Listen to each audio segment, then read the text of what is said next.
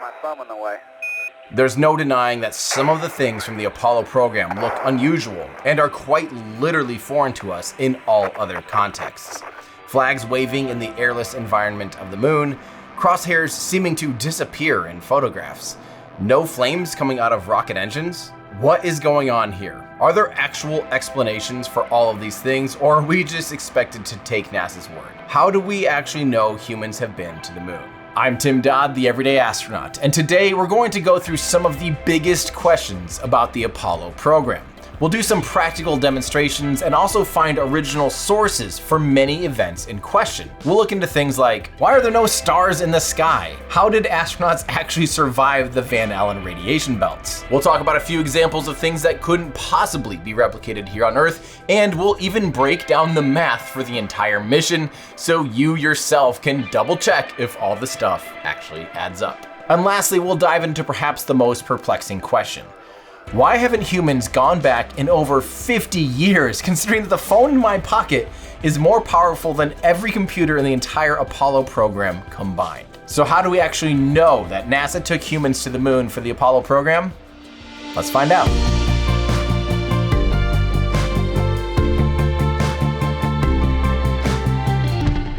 We've never really addressed conspiracy theories on the Everyday Astronaut channel before because it often feels fairly pointless, like we'd either be preaching to the choir or feeding the trolls. That being said, there are honestly some decent and common questions about the Apollo program's moon landings that I figured we should check out ourselves. Because the answers and the stories and the context and physics behind a lot of these questions is honestly a lot more interesting than any conspiracy theory. Okay, now quick little side note here before we get started. For good practice, no matter what image or video we use to examine any question, we will always find the original source scan of the image so we know its quality is tip-top and hasn't been altered or degraded from early scans or analog duplications. The best source for the full, raw, top-quality still images comes from Arizona State University, who took the entire archive of every single one of the 35,385 images shot during the Mercury, Gemini, and Apollo program, and then they digitized them. These are huge files, and the medium format film shots are spectacular. Now for video, it actually gets a little bit harder, but we'll also try to find as close to source scans of footage as we can. However, some of it still hasn't been digitized in a modern low compression format, so we'll have to use the best quality we can find from NASA archives. And one thing to keep in mind while watching this video that some people might not always realize is just how many hours and hours of footage there is from the Apollo program. I think the average person is familiar with Apollo 11, and I guess in the context of thinking that NASA faked the moon landing, they might imagine it easy to fake a quick little clip of an astronaut on the moon.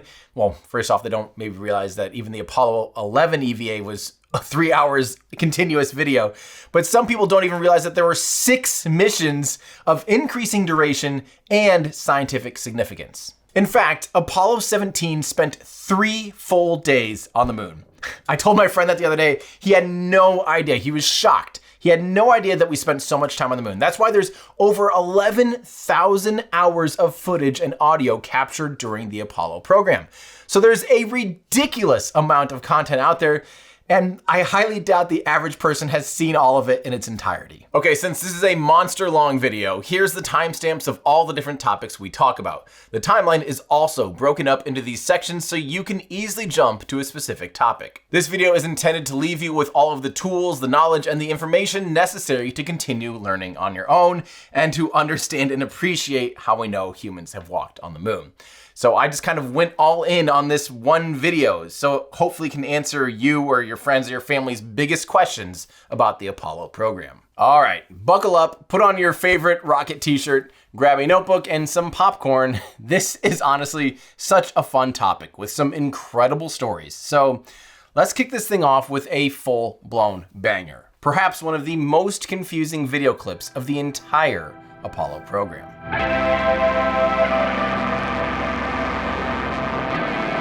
Of all the things that at first glance seem inexplicable and almost toy model-like, it's certainly this shot. Why does there appear to be a rainbow-looking explosion? Why were there no flames once the ascent stage lifted off from the moon? And maybe perhaps most importantly, Who actually filmed this, and how could they have tracked the ascent perfectly if it was remote controlled from Earth with a 1.3 second delay? Let's start off with some facts about this exact shot. This was the last image of humans on the moon to date. It was the takeoff of Apollo 17's lunar ascent module carrying astronauts Gene Cernan and Harrison Jack Schmitt on December 14th, 1972. What you're seeing is the ascent stage separating from the descent stage, which was left behind on the moon for all 6 of the Apollo missions that landed successfully on the moon. And yes, those descent stages are still on the moon today. Okay, let's start off with who or what took this video. This video was taken by the Ground Commanded Television Assembly. As the name implies, it was ground commanded, meaning it was controlled back in Mission Control in Houston. This allowed ground controllers to pan, tilt, and zoom the camera while the astronauts were doing tasks. This allowed Mission Control to stay even better connected than on previous missions. This camera was originally stowed and mounted in the Modularized Equipment Stowage Assembly, replacing the much lower quality black and white Westinghouse Apollo lunar television camera that captured the first steps on the moon during Apollo 11. And yes, the Modularized Equipment Stowage Assembly was deployed once they landed. The astronauts could pull a pin and the whole compartment would flop out, revealing tools and the TV camera that would be used on the surface of the moon. And this is actually how they broadcasted Neil Armstrong's first steps. But back to Apollo 17. The Ground Commanded Television Assembly color camera was then detached from the lunar module and mounted on the lunar rover vehicle, which had its own high-gain antenna, which helped it broadcast live color video from the moon. And quick little side note about that amazing little lunar rover vehicle, the car that they drove on the moon.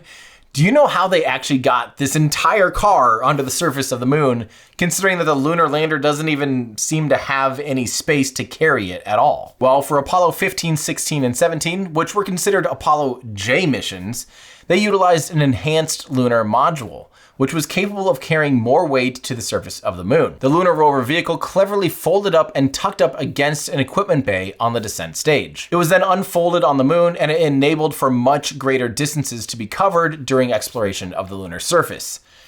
Very cool. Okay, so how did NASA manage to capture liftoff? Well, unlike what some conspiracy theorists think, NASA didn't actually manage to capture liftoff successfully on the first try.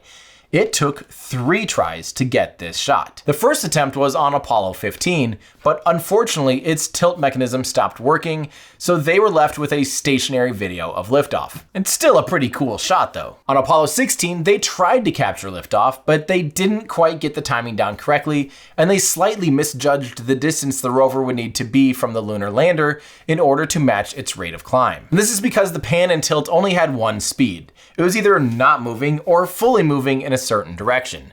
There was no slower or faster options, it was just all or nothing. So to make sure its tilt speed matched the speed of the ascent module, they just needed to do a little math to know how far away to park the lunar rover vehicle, so the controller on the ground just needed to begin tilting at the right moment. And the liftoff from the moon was a pre-calculated time. So all the controller had to do was begin their movement, which included a zoom out, when they reached about T-2 seconds. And then the corresponding shot looked pretty dang impressive.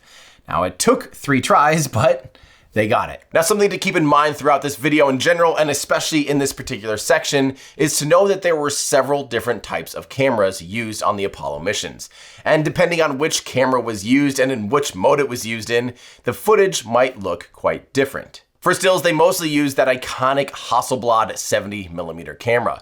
But there was also this wacky 35mm stereo lunar surface camera that would take stereoscopic images of lunar regolith. There's also a Maurer 16mm film camera that was used for some stills, but mostly time lapses and real-time videography. A lot of the higher quality video that you see from the surface of the moon comes from this camera, since it's film and it's not broadcast video. A lot of the footage shot in this camera might appear sped up. That's because it was shot at, say, 1 frame per second and played back in real time. But that's a good way to conserve film and still capture an entire mission's worth of EVAs. But for broadcast video, there are a few different cameras as well. Apollo 11 used the Westinghouse Apollo lunar television camera. Apollo 12 through 14 used the Westinghouse Lunar Color Camera, and Apollo 15 through 17 used the RCA J-Series GCTA, or the Ground Commanded Television Assembly, that we've already been talking about. One of the coolest things about the Apollo missions is how they managed to squeeze color broadcasts on a very limited bandwidth. And the clever engineering that led to live color TV broadcasts on the moon is what caused that unique rainbow explosion thing at liftoff. Typical NTSC color TV required about 6 megahertz of bandwidth.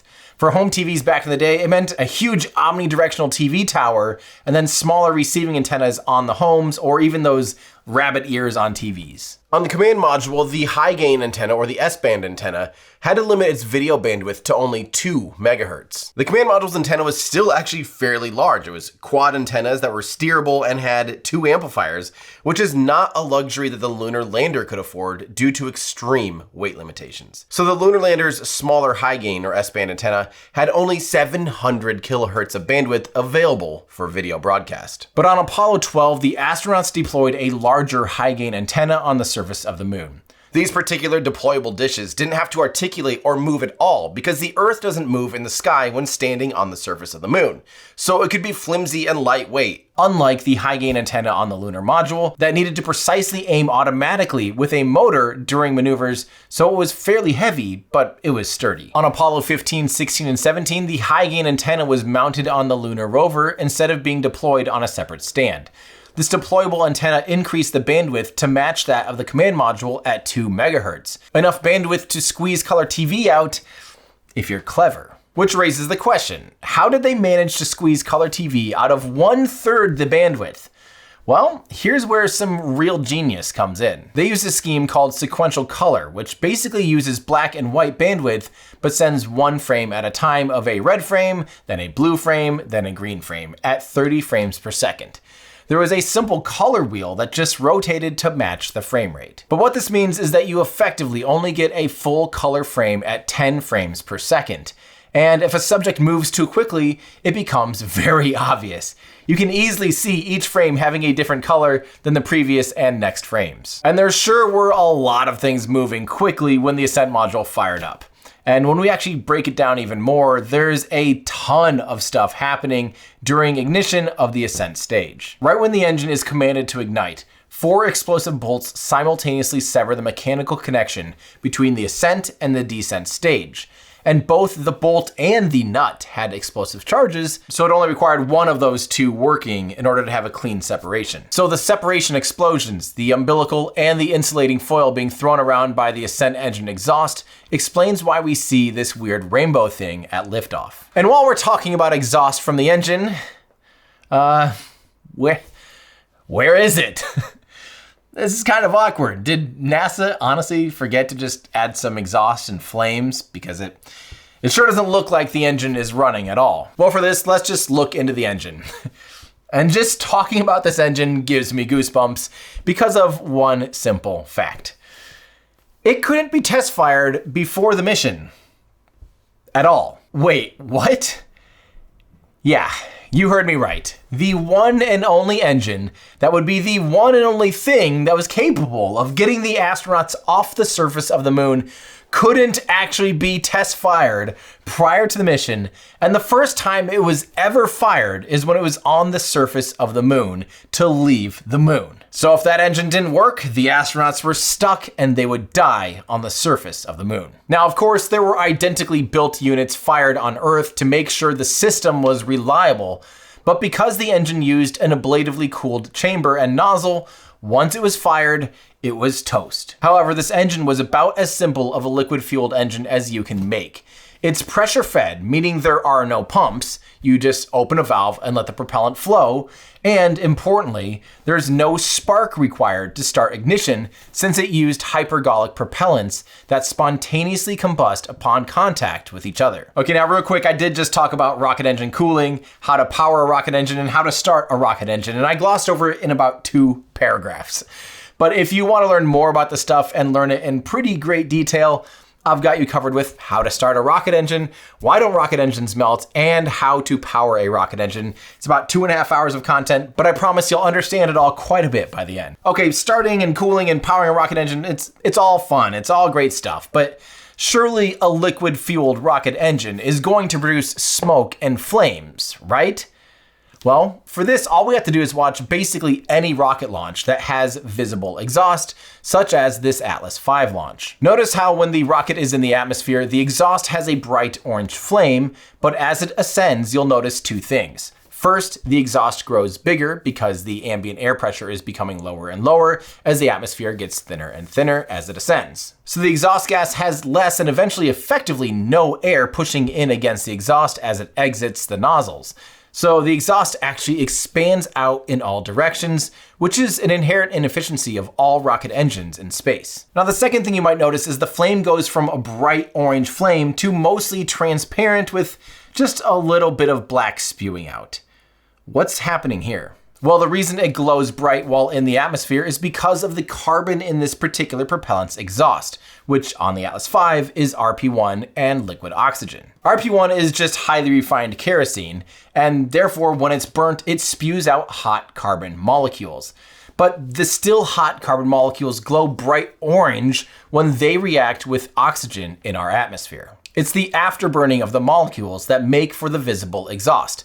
As the oxygen in the atmosphere decreases with altitude, the glow also decreases and it eventually ceases. In my opinion, this is super cool to see. Okay, but I just showed you a kerosene-based fuel. What about the specific hypergolic fuel that they used on this Ascent engine?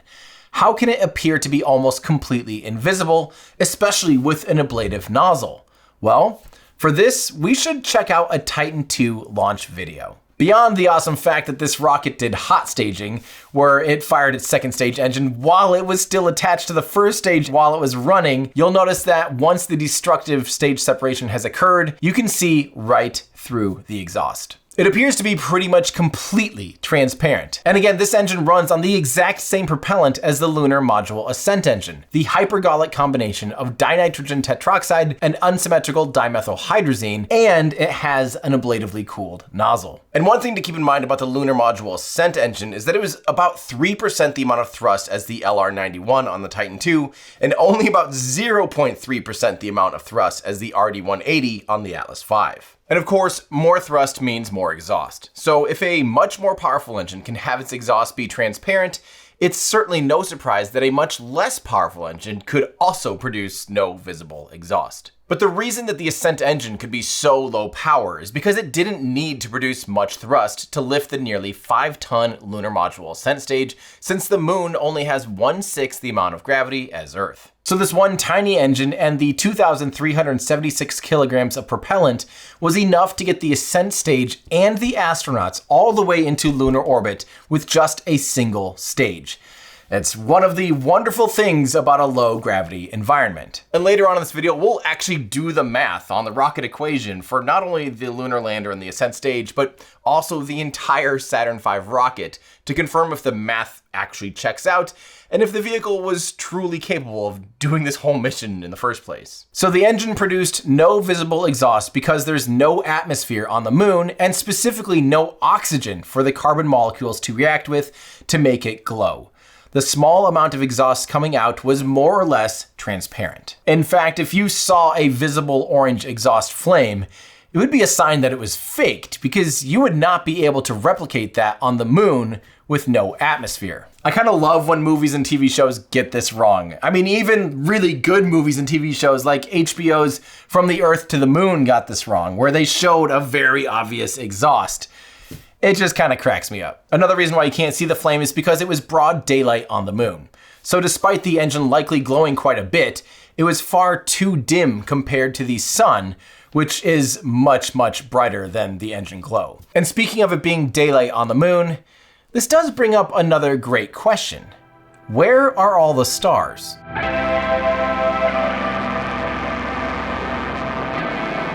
Okay, let's do another one that I actually get asked about often, even during launch live streams.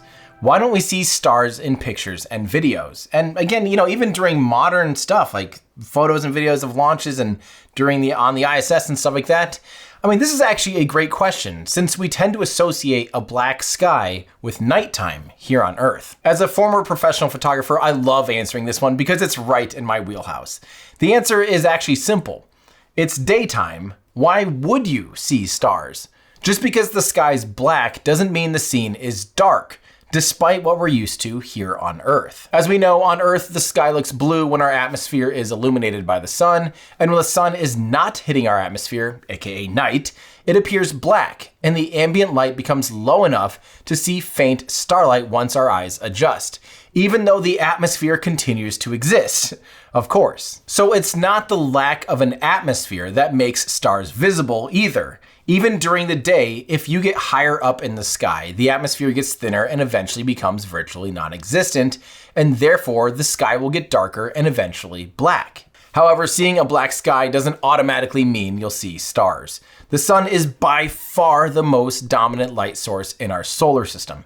It's more than 10 billion times brighter to us than Sirius, the next brightest star in the sky. So the reason we often don't see stars in images taken from space is because there is still daylight exposure in these images, and the scene is being fully illuminated by the sun. The camera is exposed for direct sunlight illumination. And don't forget, the moon has a day and night cycle too. It cycles between day and night roughly every 14 days instead of every 12 hours like here on Earth. So when it's daytime on the moon, which all Apollo landing missions intentionally were, you need to set your camera's exposure accordingly. If your eyes or a camera is exposed to broad daylight, you have to adjust your settings so they're the right sensitivity to expose your scene correctly. With a camera, it means closing up the aperture, increasing your shutter speed, and shooting with a low ISO film or setting. And the opposite is true when you want to take photos of something that's dim, like stars at night. You open up your aperture, decrease your shutter speed, and increase your ISO. In our eyes, our pupils act like an aperture and get really small to let in less light when it's bright, and our pupils dilate a lot when it's dark in order to let more light in. Now, of course, you could change your settings to shoot stars in these photos on the moon, but then everything else would be blown out and completely white. So the thing that you traveled 400,000 kilometers to photograph and document is now just a blown out white blob. In fact, you can do this from home because we experienced this exact same thing here on Earth when trying to take a picture of the moon. Just try it yourself. Try taking a photo of the moon from Earth that's properly exposed so you can see all the details of the surface of the moon, and try to get the stars in the exact same shot in a single exposure.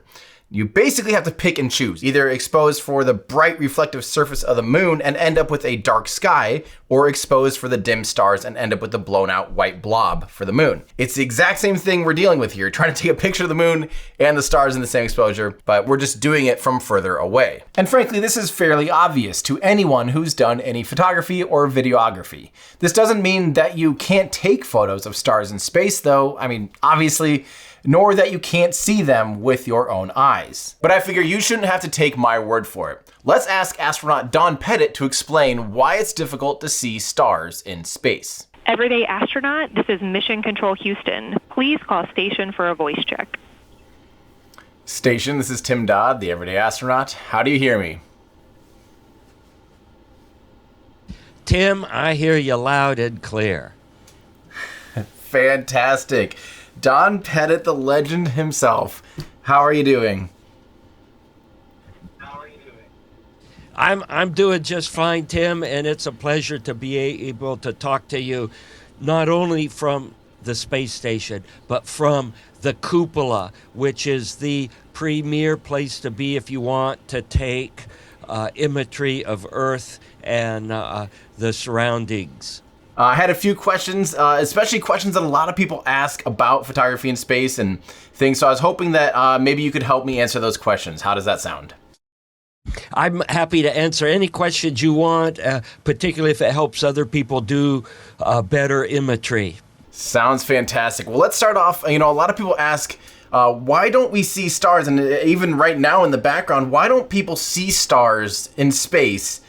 It's really bright, and your eyes are dialed down, they're stopped down, and the stars are a lot dimmer than what the ambient lighting is. So even though the stars are there, you cannot perceive the stars with your eyes. If you had instruments you could measure, but the contrast between the bright and the dark is such that you can't see stars. It's completely different, though, after orbital nighttime, and then the stars come out in all their glory. Oh yeah, by the way, yes, Don was literally in space on the International Space Station when I asked him that question for this video.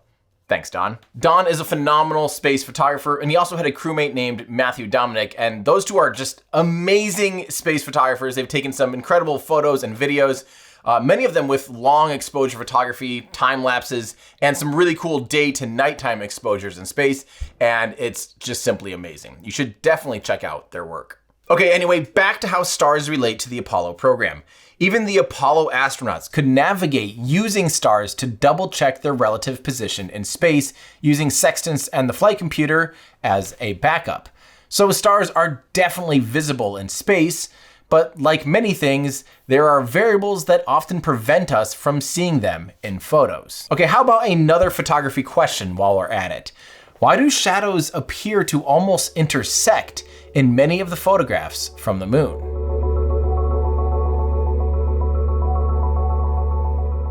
What seems like inconsistent shadows is a common thing for people to point to as suspect of a hoax. For this, let's take a look at this photograph that some people question, saying it was shot in a studio and is proof the Apollo landings were fake. It's from Apollo 17, magazine 136, frame 20,744, shot on one of the iconic Hasselblad 500 EL 6x6 medium format cameras with a Zeiss 60mm f5.6 lens by astronaut Harrison Jack Schmitt at mission elapsed time of 122 hours, 32 minutes and 50 seconds in the Taurus Littrow Valley. The claim here is that the shadows appear to be coming together, proving there to be multiple sources of light, or perhaps a light that's far too close. Certainly not the sun, that's millions of kilometers away. This is one of the easiest things to demonstrate on your own. All we have to do is go out when the sun is fairly low in the sky, about 15 degrees above the horizon, to match the lighting conditions in the photo. Then we need a lens that would be 35mm on a full frame camera, or a 35mm equivalent lens, since the 60mm lens on a medium format camera is equal to about 38mm. So to get the same perspective and angle of view, we'll want to aim for, 35mm or 40mm equivalent. Then we just need our camera to be placed roughly mid-chest to match where the Hasselblads were mounted on the A7LB spacesuits. It's pretty obvious that all shadows appear to point inwards towards the center of the photo. The further left or right an object is, the more this is exaggerated. And honestly, this is perhaps one of the most elementary of all things. They appear this way because of perspective, the exact same way parallel train tracks or roads appear to converge. And to prove these shadows are indeed parallel, let's just fly up and look down to confirm that they're indeed straight and parallel. Now, ironically, conspiracy theorists claim something exactly backwards. They say shadows appear to converge because it's a close studio spotlight that is roughly 10 feet behind the subject. But the closer a light source is to the camera, the more the shadows appear to line up with the camera's field of view. So the shadows actually become less and less visible to the vantage point of the camera, the closer the light source is. Again, this is kind of photography 101 stuff here. Now, it's often claimed that there are multiple sources of light, and that's why the shadows appear to be in different directions. But the reality is that multiple sources of light will produce multiple shadows on a single subject. And actually, the lighting on the surface of the moon would be virtually impossible to replicate in a studio, even with limitless funds and the most advanced solutions in the world, because notice that in all the images, the entire surface of the moon is equally lit. Since we don't see multiple shadows, you couldn't use multiple sources of light to try and evenly light the scenes, let alone mountains that are several kilometers away from the camera. And light follows the inverse square law. If you move an object twice as far away from a light source, it'll receive 1/4 the amount of light. So imagine trying to light a scene where everything is evenly lit and you don't see multiple shadows. Your light source would have to be several kilometers away, maybe hundreds or millions of kilometers away, and it would have to be unbelievably bright, or perhaps, it could just be the sun. And while we're talking about shadows, should we just touch on this image real quick? This is a photo that Neil Armstrong took of Buzz Aldrin coming down the ladder. If this wasn't shot in a studio, then how in the heck is he so well illuminated in the shadow of the LEM? This one is again pretty simple. I mean, obviously the surface of the moon reflects sunlight, which is why it's so bright in our sky and why it can even illuminate the ground here on Earth under a full moon at night. This means the entire ground acts like a giant Bounceville. Now in photography, we have these bounce boards or reflectors that do the exact same thing. They provide a fill light, and you can see them used here all the time with most professional photographers, especially in portrait work. And it's the exact same situation on the moon. In fact, we see the same thing here on Earth quite often, like in this image of a lifeguard shack on a beach in Pensacola, Florida, where it shows the beach reflecting as a Bounceville almost exactly like the lunar surface. If we take a peek at the metadata for this image, we can see it was taken with a Nikon D200 at f13, ISO 250, and 1/640th of a second for the shutter speed. So it's pretty clearly daylight settings. Notice that the reflective surface of the beach does the exact same thing to the lifeguard shack as the reflective surface of the moon does to the lunar lander. Side note, how awesome are these lifeguard shacks? They're all over Pensacola Beach, and they almost look like little lunar landers. These are just perfect. And here's another fun example. This one's from Apollo 17. Notice that when astronaut Gene Cernan was in the shadow of this massive split boulder, you can still fairly clearly see him. And this is despite the low dynamic range of the ground commanded television camera. We can still clearly see a bounce fill from the reflective surface of the moon, helping to fill the shadowed area with some light. Okay, in case we haven't proven this point enough yet, in 2014, the company Nvidia actually painstakingly digitally recreated the entire scene down to the smallest little details and bolts and foils and everything, and then did a ray tracing simulation to see if the results from this computer simulation would match the film. And guess what? The results were exactly what we see in the photo. In fact, it's almost impossible to tell which one's the render and which one's the real photo. That's how detailed it is, and their physics simulation recreated it perfectly. Okay, this conspiracy theory has a pretty straightforward explanation, and it's honestly pretty basic photography stuff. But there is one more photography thing that is really strange. Why do some of these crosshairs appear to go behind the astronauts and other objects? Is this proof that at least maybe a few of these photos were doctored?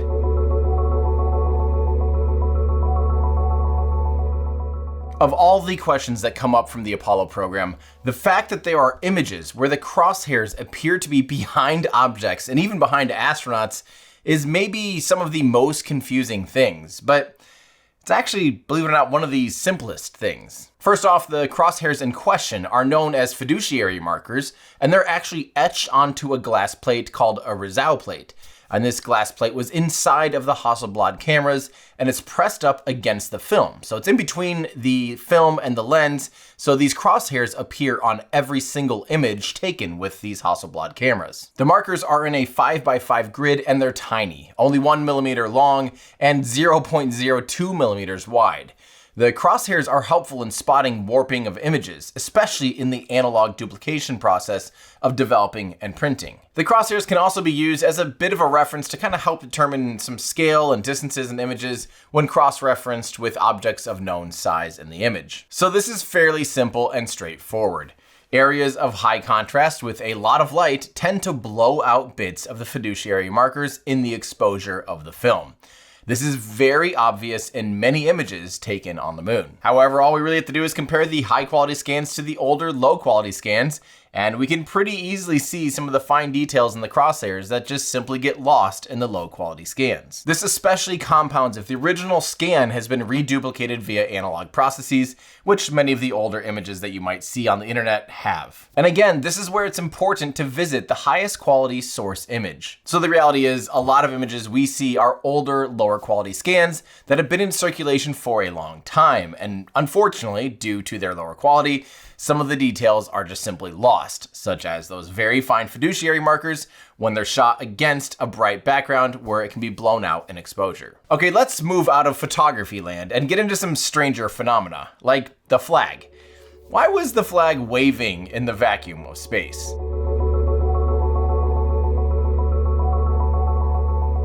I remember seeing a video when I was young of the American flag appearing to wave in the airless surface of the moon. I remember thinking something was extremely fishy. Why is it moving? There's no air on the moon, So why is it appearing to wave in the wind? Now this one's been talked about a lot, and most of you probably already know what's going on here, but in case you don't, it's actually really cool. In order to make it so the flag was fully extended, NASA devised a way to prop the flag up so you could see the entire face of it. Otherwise, it would have simply sagged and been a mostly crumpled up flag and wouldn't have made for very inspiring images. Believe it or not, there's actually a few important considerations for designing something as seemingly simple as a flagpole. The primary constraint is, of course, mass. The fully deployed flag assembly was only 4.2 kilograms and could stow up to take up very little space on the lunar lander. Another big consideration was how much force an astronaut could exert inside a pressurized spacesuit, considering there was a lot of rigidity inside their suits when they're pressurized that limited their range of motion and made hand movements quite difficult. What NASA engineers came up with was a simple anodized aluminum telescoping pole with an extendable crossbar to fully deploy at 90 degrees to the main pole. Fun fact, do you know where the flag was stowed? It was actually attached to the left side of the ladder inside a little shield to prevent it from getting pelted by lunar debris and extreme heating during the landing. Okay, none of this answers the question of why does the flag appear to wave in wind? Well, I think we're actually asking the wrong question. The real question should be, why would it stop moving at all in the vacuum of space? Since there's no atmosphere on the moon to slow something down with air resistance, if a piece of cloth was swinging, wouldn't it actually continue to swing forever? Well, yes, assuming there was no friction in the system. So that's exactly what's happening here. During the deployment, the flag is of course moved about and tossed because the astronauts are trying to shove it into the ground. And if it has any inertia, any movement going at all, it will continue to sway back and forth since there is no air resistance to slow it down. The only thing that will slow the flag down and prevent it from penduluming back and forth forever is the tiny bit of friction against the pole and the fabric, and an even smaller amount of internal friction in the fibers of the flag against each other while in motion. And just like waves in a body of water, the flag can have different resonant waves and different frequencies that can stack up and make for large motions. And now this is mostly due to the 3 feet attachments on one side and the 5-foot attachment on the top. The waves ripple through the flag, and when they line up, they can make for some strange jumps in motion. This is quite apparent in a few videos of flag deployment. If you watch any deployment footage for long enough, you'll see the flag always comes to a rest. Even if it's been shaken about for a good amount, it'll settle within a short period of time. This is something that the Mythbusters actually demonstrated at scale with a large vacuum chamber. They first waved a flag at 1 atmosphere, or 14.7 psi, and then they did the same thing in a vacuum. They proved you don't need wind to make a flag wave. In fact, air makes a flag stop waving quicker than when there's no air present. This is another one of those things where I understand why it looks unusual and how it can raise questions, but the answer to why it continues to wave is actually a lot more interesting to me because of the foreign environment of the moon. But another thing that looks even more unusual and more confusing is how the astronauts move on the moon. Why do they look like they're literally suspended by cables and tip over in such unusual ways, only to right themselves very unusually?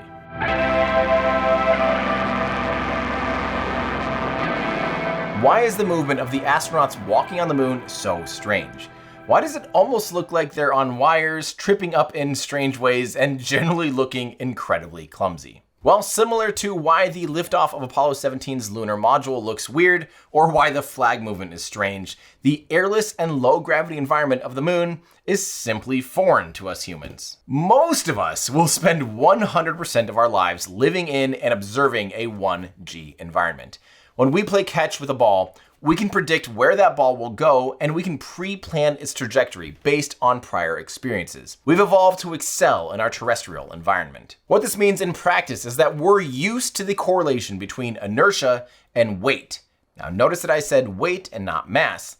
Mass and inertia are always completely linked, but the weight of an object depends on the local gravity. What's that mean? Well, imagine you're sprinting on Earth, and imagine what it takes to turn a corner on a track. You can picture pushing your feet into the ground, leaning over, and turning. If you were doing the same thing on the moon and you were sprinting again at that same speed, which would be terrifying on the moon, and you tried to lean over to turn, your body would have the same momentum as it does on Earth because your mass is the same, but the local gravity is only pulling you down with 1/6 the amount of pull. This means your momentum really wants to keep you going straight. And this could get you in trouble in a hurry, considering the low traction and dangerous aspects of lunar regolith. This is also true when you just try and walk normally on the moon. In order to move forward, we lean forward a little bit, and then we basically catch ourselves. So what happens when that pull down is only 1/6 the amount? Well, you have to lean further to do the same amount of work. This means you have to get your center of gravity way out beyond your toes. Now, this might be okay in a controlled environment, but when you're in a stiff, bulky, pressurized spacesuit with limited mobility, this becomes even more difficult to control and handle. And you'll see this happen in clips when astronauts get a little too much momentum. All of a sudden, they can get their feet way out from underneath them, and this whole thing can just spiral out of control until they wind up comically falling. While this might look silly, it's actually quite dangerous since there's always the risk of tearing your spacesuit, which would cause a leak and potentially killing you on the surface of the moon. And of course, when they do fall over and they try to get up, it looks really weird. And that's because they're in 1/6 gravity. So you'll notice they kind of do like a push-up motion most of the time to kind of try to pop back up onto their feet.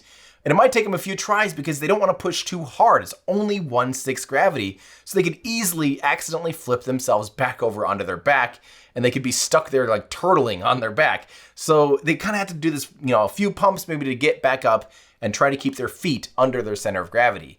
It looks ridiculous because it is ridiculous, and it's such a foreign concept to us here on Earth. I actually asked Apollo 16 astronaut Charlie Duke about this. We decided that before we were to get back in the last time, we were going to do the Moon Olympics.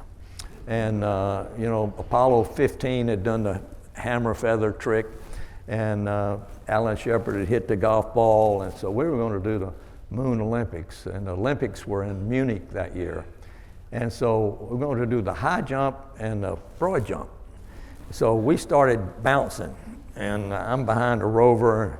And when I jumped, I straightened up, and my center of gravity went backwards, and over I went. And that was really scary. And I think that was probably the only time I had fear in the whole mission. But fear is not bad emotion if you don't panic.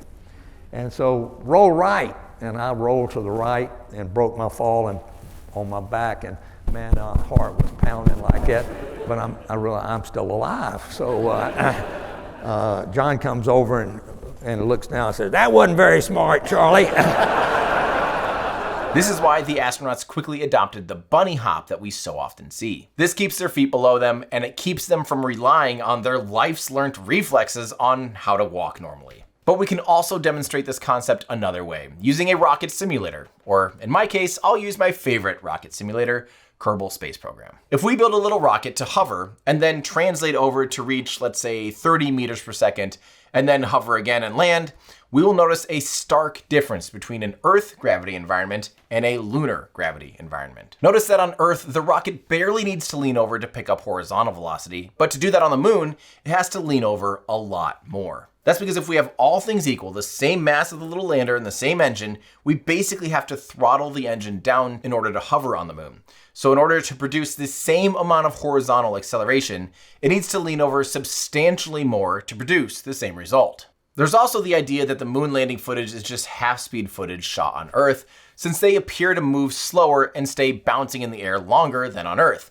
Well, that's easy enough. Let's just double the speed of the footage of the astronauts walking on the moon. Yeah, that still looks very not like how humans move on Earth. Try and replicate these movements on your own. You can't. And I don't really think you could develop any kind of rig to accomplish these results that weren't blatantly obvious, because NASA did actually do some training with a system called the Partial Gravity System, or POGO, that could help people feel a simulated 1/6 gravity. But it wouldn't work for even a second of video claiming to be of someone walking on the moon. This is mostly because it works by having someone on their side, and the ground that they walk on is slightly off from a 90-degree angle, which helps produce a pretty accurate 1/6 gravity environment, but it can only do so on one axis. NASA would also use rigs to offset about 80% of Earth's gravity with counterweights to help prepare and test things like egress and ingress of the lunar lander. But it's just so obvious that the astronauts are either suspended or sideways, and you just can't hide that in video, especially with technology of the time. But forget about freedom of motion. You certainly can't hide the rigging and the obvious clues that someone's hanging sideways. So it's not an option for faking lunar gravity convincingly in video. Now, there is a new modern rig that NASA has called Argos that is basically a robotic system that offsets your weight and also follows your motion precisely to cancel any resistance that you'd normally feel in moving the tether system around. It's amazing and it's actually really advanced, but again, even if the technology existed back then, it would be impossible to hide it using techniques of the time. And hold on. As far as a conspiracy theory goes, if this was all pre-shot and pre-planned, you'd sure think if they were on wires, they just leave out the parts where they fell over and gave that effect away. But the reality is, this is just simply what it looks like to walk and fall on the moon. But there's one more thing we can do to verify if the physics actually match lunar gravity. We can track the movement when the astronauts jump and actually see if it's correct. We can use this free tool from physics.org, simply called Tracker. This video is of John Young from Apollo 16. Let's set our scale to be approximately 1.9 meters long, since John was about 1.71 meters tall, but wearing the spacesuit and the boots and the helmet, he's right about 1.9 meters tall. We'll choose a moment where he's fully extended, so we have a good, clean, unobstructed view of his top and the bottom of him, and we know he's not slouching, so we can set our scale here. Then let's track the top edge of his life support backpack, since it's an area of high contrast and is easy to track precisely. If we plot out the motion and analyze it to a parabola, we'll see it comes out to be about minus 8.045 E-1, which if we first remove the scientific notation of E-1, it gets us to minus 0.8045, and our beautiful y-axis parabola is half of g. So if we multiply that by 2, we get an acceleration of 1.61 meters per second squared, which lo and behold is spot on to the 1.62 meters per second squared of lunar gravity. Now, of course, this could be more accurate if we had, higher resolution video, higher frame rate, and we knew the exact height of John Young. But yeah, it's pretty much dead on, exactly as you'd expect. And let's take a quick look at what Hollywood has achieved when trying to replicate walking on the moon. Every clip from every movie or show or music video that I've ever seen using the most advanced techniques and most cutting edge technology, including modern CGI, still can't quite match the look of the films shot on the moon. Okay, so speaking of walking around on the moon, why is it that these famous pictures of the footprints on the moon don't match the bottoms of the feet of the spacesuits worn by the astronauts? What gives?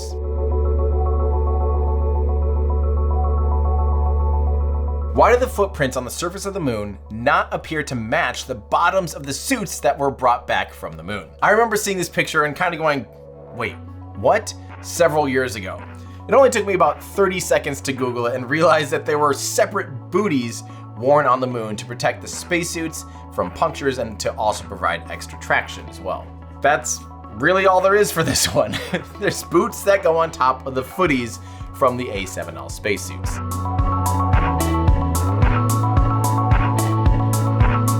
Why does this rock appear to have the letter C on it? Is this proof that this is simply a studio's prop rock labeled with a giant C for the props department? This image is AS16-107-17446, taken by Charlie Duke at Stone Mountain. Well, let's start off by asking a few questions. Why would prop rocks have huge labels on them in the first place? How would a props manager miss that? How would the photographer miss that? How would NASA miss that when scanning and publishing the images? How would a letter C on a bumpy rock surface even look so perfect in the first place? Wouldn't it need to follow the contour of the rock? Yes. Yes, it would need to do that. And why limit yourself to 26 letters on a scene with hundreds of rocks when numbers would be much better for that job? This one is cut and dry. Let's look for the source image. Here we go. A higher quality source image has no such C. And importantly, if we look at another image of the exact same rock, we also see that no letter C is visible there either. What it wound up being is a very small hair on one of the earlier low-quality scans. In fact, you can even see the shadow the hair is casting on the older scan. This one's done. Next.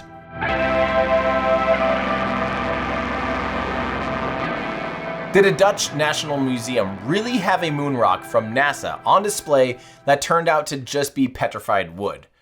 Well, part of that story is true and part of it's not, and quite frankly, this story is hilarious. So the Rijksmuseum Amsterdam, which is an incredible art museum right in the heart of Amsterdam, was gifted a rock that was supposedly a moon rock following the death of former Prime Minister Willem Drees in 1988. Drees supposedly received the rock as a private gift on October 9th, 1969, less than 3 months after the Apollo 11 mission landed, while the astronauts were on their giant leap tour around the world, celebrating the achievements. Well, there's some problems with this whole story. First off, this is what the actual sample given to the Netherlands by NASA looked like. The small chunks of moon rock are encapsulated in plastic. They're not just hanging out in someone's pocket, and it's certainly not nearly as big as this supposed moon rock, which was about 55 millimeters by 20 millimeters. Real samples were small fragments, not entire stones, due to their extreme rarity, considering that NASA only recovered a total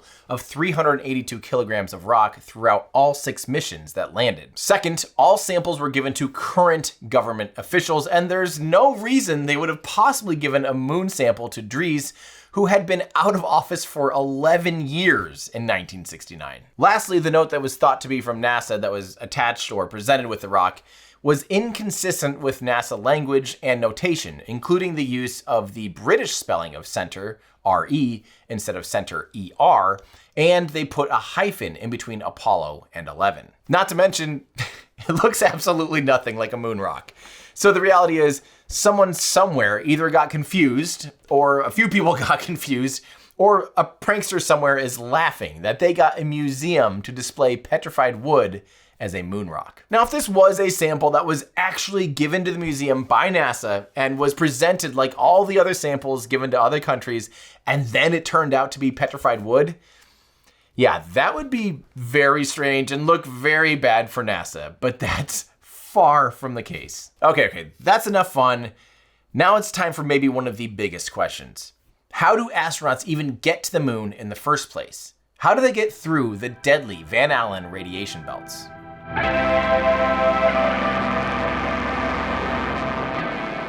Everything we've talked about so far makes a pretty big assumption here, that humans even made it to the moon in the first place.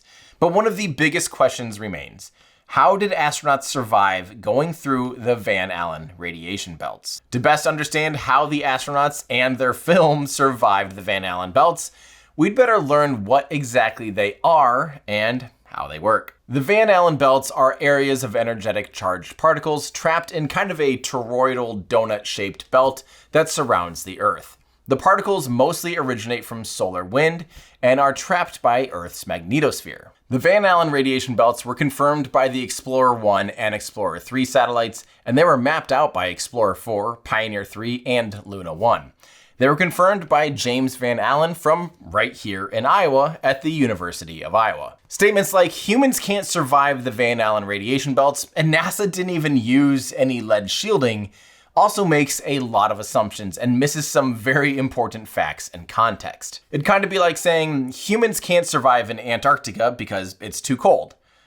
Well, I mean, sure, but not really. It all depends on what clothes they're wearing. How long are they there in Antarctica? What resources do they have? How long are they exposed to extreme weather? Et cetera, et cetera. The details and context and variables, they matter a lot. There's a few simple facts that some people seem to miss when making claims that humans can't survive the Van Allen belts. The first fact is lead would actually be a terrible choice for radiation shielding because of the exact type of radiation in the Van Allen belts. NASA engineered lightweight shielding that helped protect the astronauts from this specific radiation environment. Number 2, you can fly around the belts and avoid the most dangerous portions of radiation. The flight path can reduce the amount of time spent passing through the worst portions of the belts. And number 3, radiation is cumulative. So while the intensity of radiation matters, Time spent in radiation is the other part of the equation. If you're simply passing through radiation for a few minutes, it's different than lingering there for hours or days. Let's dive into these a little bit more, starting off with shielding. Why wasn't there lead shielding on the Apollo spacecraft to protect against the radiation? Well, for this, we need to know what type of radiation we're dealing with in the Van Allen belts. The Van Allen belts are mostly made up of highly charged particles from the sun, and the sun is mostly emitting alpha particles, beta particles, and protons. Alpha particles are actually quite big, and therefore they won't penetrate most objects, including our skin. In fact, cardboard would be a valid choice of shielding against alpha particles. Literally. Protons can penetrate thicker, and therefore you'd want some metal or even plastic to shield against it. The outer aluminum shell of the Apollo spacecraft was thick enough to shield against protons. But beta particles are tiny, and they can easily penetrate many things. However, they're so small they typically don't cause much damage when they do hit things. But here's where this whole thing gets interesting. The worst thing you'd want to use to protect yourself against beta particles is heavy metal. Because when a beta particle hits a heavy atom, such as lead, it can cause re-radiation in the form of X-rays. And this is actually how X-ray machines work. You shoot electrons at an anode and it'll produce X-rays, which is definitely something we want to avoid because they are harmful and can damage cells. The best materials to shield against beta particles are lightweight atoms such as hydrogen. So you want something with a lot of hydrogen, like water, or even plastics, like high-density polyethylene. Lead is a great and cheap choice to protect against X-rays and gamma rays, which are mostly produced by nuclear reactions. But because it's heavy and can be re-radiated by beta particles, it's a horrible choice for radiation shielding on a spacecraft. If we look at what the command module hull was actually made of, we see it was made up of multiple layers, including aluminum and stainless steel. This helped reduce the amount of exposure the astronauts experienced in the belts and once beyond them too. And that brings us to our next point. The belts are a gradient of intensity and toroidal in shape. This means it's possible to avoid the spots of highest radiation by simply flying around them on your path to the moon. And this is exactly what most of the Apollo missions did. Now, this is going to get into a bit of orbital mechanics, but bear with me here. I'll first say exactly how, and then I'll explain a little bit more in depth. The Apollo missions flew around the most dense and energetic portions of the Van Allen belts by altering their trans-lunar injection points in correlation to the geomagnetic latitude. By altering their launch azimuth in the roll profile at liftoff, NASA could avoid flying through the densest parts of radiation. Okay, that was a lot of jargon. Let me break that down a bit. The moon doesn't orbit the Earth's equator, nor is it on the same orbit as the Earth's orbit around the sun. The moon is about 5 degrees off axis to the sun, and the Earth is tilted at about 23.5 degrees relative to our orbit around the sun. This means depending on where exactly the moon is at in its orbit compared to how it correlates with the tilt of the Earth, and depending on where exactly in the launch window the Saturn V took off at, it had to do a roll maneuver to align itself on a trajectory to the moon. Then, depending on if the moon was south of the celestial equator, the translunar injection, or TLI, was in the northern hemisphere, and if the moon was north of the celestial equator, the TLI was in the southern hemisphere. We also have to factor in that the orientation of the geomagnetic field isn't in perfect alignment with the equator and the poles, and we can figure out what is the best trajectory to avoid the worst parts of radiation. And don't forget, orbits are just ellipses, but they're ellipses in 3D space, so they can have different angles or inclinations, and we can make it so they can fly, more up and over the belts as much as possible. So let's take a look at the actual mission trajectories in correlation with the Van Allen belts. You'll notice that one of these missions flew smack through the middle of the densest parts of radiation. But wait, how did a crew survive exposure to the worst parts of the Van Allen belts? Well, remember that second thing that we talked about, time. The Apollo spacecraft is screaming through this region of space after its translunar injection. The velocity of the spacecraft is nearly 39,000 kilometers an hour after translunar injection. So despite the fact that it's slowing down all the way to the moon, the amount of time spent in the densest regions is only a few minutes since it's right after TLI. This means that the entire amount of time spent in the belts isn't that much more than a half hour, and what this ultimately means is we can correlate the flight paths to the radiation dose that the astronauts received according to the NASA publication Biomedical Results of Apollo. As you might imagine, the Apollo 14 astronauts received the highest dosage of radiation at 1.14 rad for the entire mission. Now, for context here, this isn't even close to acute radiation syndrome for humans, which is 400 rad, let alone anywhere near the lethal dose of radiation, which would be nearly 10,000 rad. Another way that I think can help put this all into perspective is to remember that the worst parts of the Van Allen belts can have radiation levels that are about 10,000 times stronger than what we experience here on Earth every day. This sounds really bad, doesn't it? I mean, 10,000 times stronger radiation. I mean, obviously that's bad, right? But might not be as bad as you might think, because a human would only experience that if they were literally just butt naked in space with nothing between their body and that radiation. Okay, so let's make up a worst case scenario here where it averages that you're spending about 1/2 hour at that peak radiation per pass. So once on your way to the moon and once coming back. So approximately 1 hour in a radiation environment that's 10,000 times stronger than here on Earth. So even with zero shielding and you're spending 1 full hour in peak radiation, your trip to the moon and back would only be a little bit worse than 1 year's worth of radiation here on Earth, since there's 8,760 hours in a year. And of course, humans can live to be, 80 or 90 or 100 years old. Let's say you live to be 100 years old, and 1 extra year of radiation exposure is only a 1% gain in your total radiation exposure throughout your lifetime. Yeah, that's basically nothing. And again, don't forget, that's the absolute worst case scenario, flying straight through the worst parts of the belts with zero mass between you and space, which would just never happen. So it'd certainly be much less than a year's worth of radiation, and that's just not that bad. But the Apollo astronauts aren't the only humans to fly to the Van Allen belts. In fact, in 2024, the Polaris Dawn crew flew to an altitude of over 1,400 kilometers, flying directly into the inner Van Allen belts. So I asked Polaris Dawn astronauts Sarah Gillis and Anna Menon about their experience flying in the Van Allen belts. We did a lot of analysis, the team did a lot of analysis ahead of time to try to understand, what sort of environment are we putting these humans into from a radiation perspective? Do they need to wear additional coverings on their bodies? And ultimately, it was determined that the dose that we would get of radiation was about equivalent in the course of the 5 days to about a 3-month stay on ISS. And so well within human limits, well within reason. And so we didn't end up needing additional protection. The vehicle offers a certain level of protection. And so we were okay there. And then there was a lot of monitoring radiation equipment on board that we're still waiting on the data from, but it'll give some really good post-flight analysis into what the actual experienced environment was. Radiation in the Van Allen belts is just simply one of those things where some people might not have all the context for what's meant by saying it's deadly and how you can mitigate that. Speaking of context, there's actually a NASA video that a lot of people actually pointed to, claiming that NASA themselves admit that they've never taken humans through the Van Allen belts.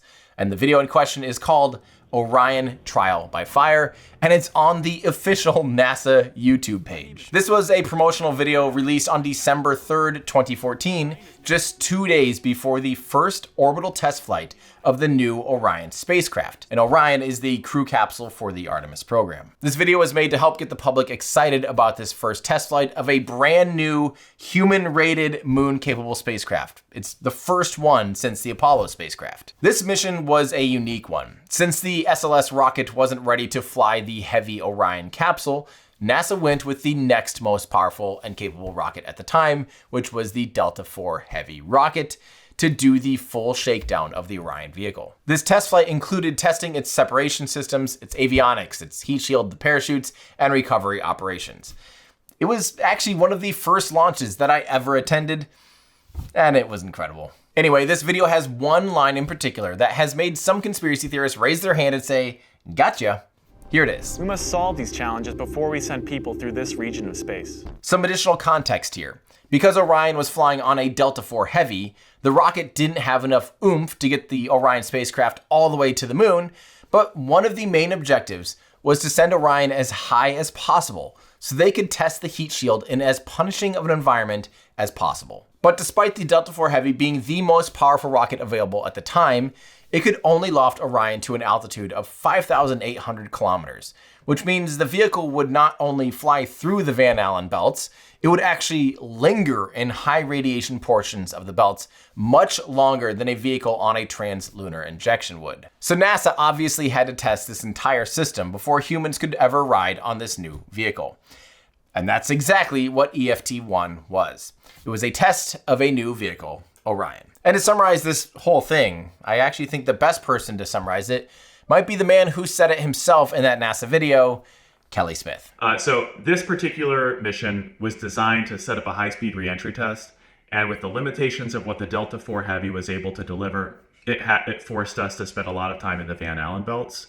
And so, yeah, there was some concerns about what this could do to instrumentation, but there's no concern about we would never put humans on a mission profile like this to just loiter in the Van Allen belts. There's no objective to doing that for a human class mission, and so you would pass through the Van Allen belts, or you'd kind of skim through a portion of it on the way to the moon, but you wouldn't spend nearly as much time as the particular profile for EFT-1 did.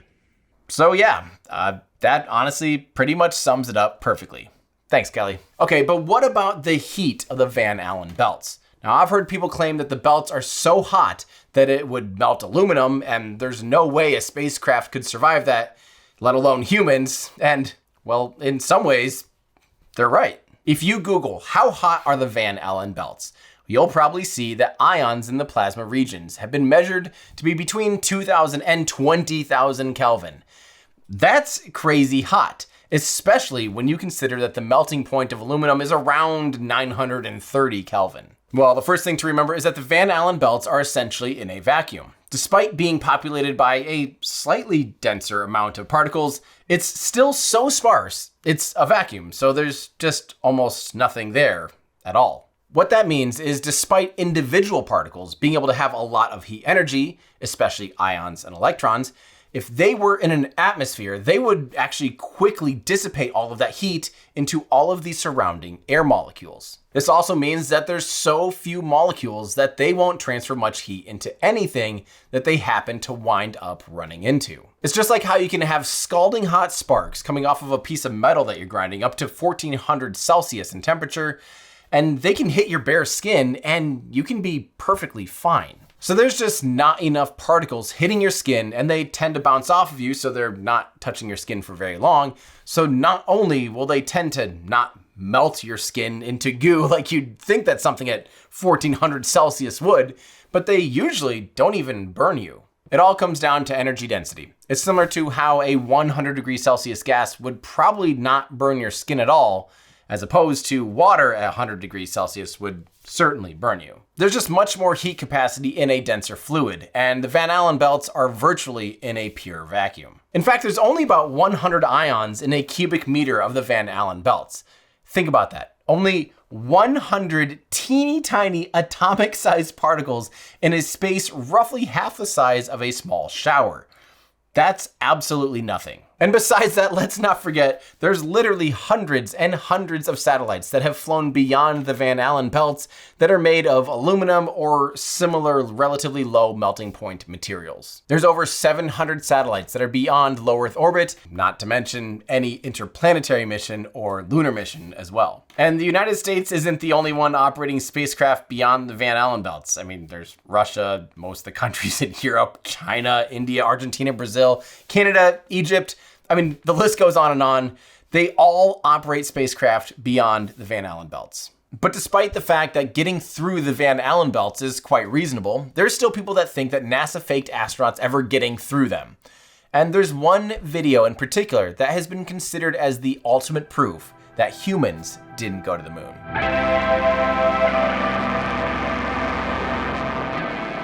This is honestly a conspiracy that I don't think should exist at all. I mean, no offense to the man that Buzz Aldrin punched in the face, Bart Sibrel, but when I heard him explain how he thinks NASA faked footage of the Earth looking far away during the Apollo 11 mission, I was honestly puzzled. But I have had some people ask me to look into this particular video, so we better just look into it. Let's start off with the claim. In a video called "A Funny Thing Happened on the Way to the Moon," Sabrell claims to have been accidentally given allegedly unreleased footage from NASA themselves. I mean, I guess that's interesting to say the least. In the footage, he believes it shows the Apollo 11 crew in low Earth orbit, but preparing and executing a shot where they're going to make it look like they're far away from Earth instead of just right there in Leo. He claims the astronauts obscured the Earth using a window of the Apollo spacecraft. He also believes there to be a studio light in the shot, which is confusing considering he believes the shot was done in low Earth orbit. Let's start off with his first claim that this footage was never released and was never meant to be released. Well, not only was it released, it aired almost immediately after being transmitted back down to Earth on television. The exact clips in question are Apollo 11 TV transmission 033-5945 GET and Apollo 11 unscheduled TV 031-1030 GET. The reason some were considered unscheduled TV transmission is because they weren't scheduled for live broadcast at that exact time. However, the footage was being transmitted and recorded to all news stations so they could use it in segments later on in the news. To claim it didn't go public and was never released publicly is simply a bold-faced lie. In fact, the easiest way to find this exact clip is to go to a little website called nasa.gov/history and read the Apollo 11 Flight Journal, where they have every audio and TV transmission throughout the entire mission in order. But long story short, these were very clearly publicly available. They aired publicly. There was nothing secret nor unreleased about them. So as strange as saying that they were unreleased secret tapes is, the next claim is maybe even more perplexing and throws any semblance of logic Sabrell had out the window. Literally. The claim is that the astronauts never left low Earth orbit, and that the shots you see of Earth is just a small portion of the Earth being obscured by one of the Apollo command module windows to appear as though it's small and far away. First off, there weren't really any circular windows on the Apollo spacecraft.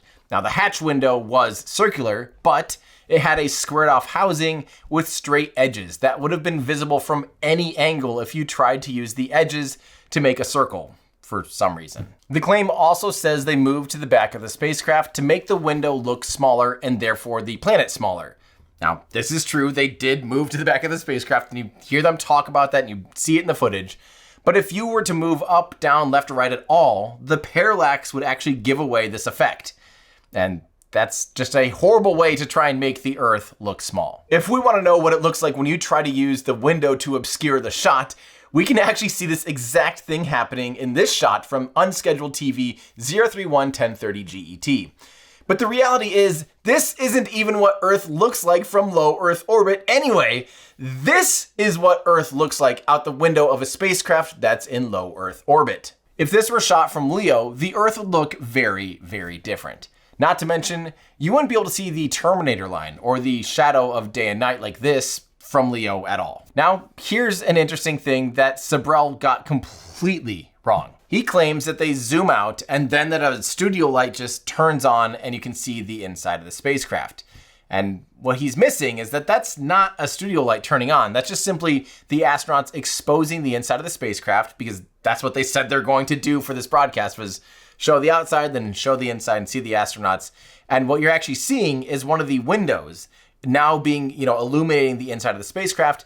And that sun angle actually matches the sun angle of the Earth. It's actually really simple, and it lines up exactly with models and images of the inside of the spacecraft. I don't even really get how this is in any way a controversy. It's just not.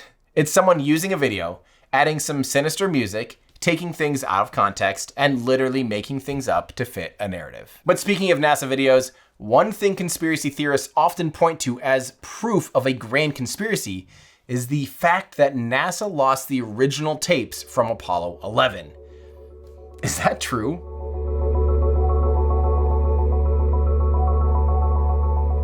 Did NASA really lose the original Apollo 11 tapes? Yeah, they lost some of them. Is it true that this famous shot of Neil Armstrong taking his first steps on the moon were literally replications filming a screen and not the original source? Kind of, but it might not be quite what you think. First off, I've heard people say something along the lines of all Apollo footage was lost, and that's simply not true.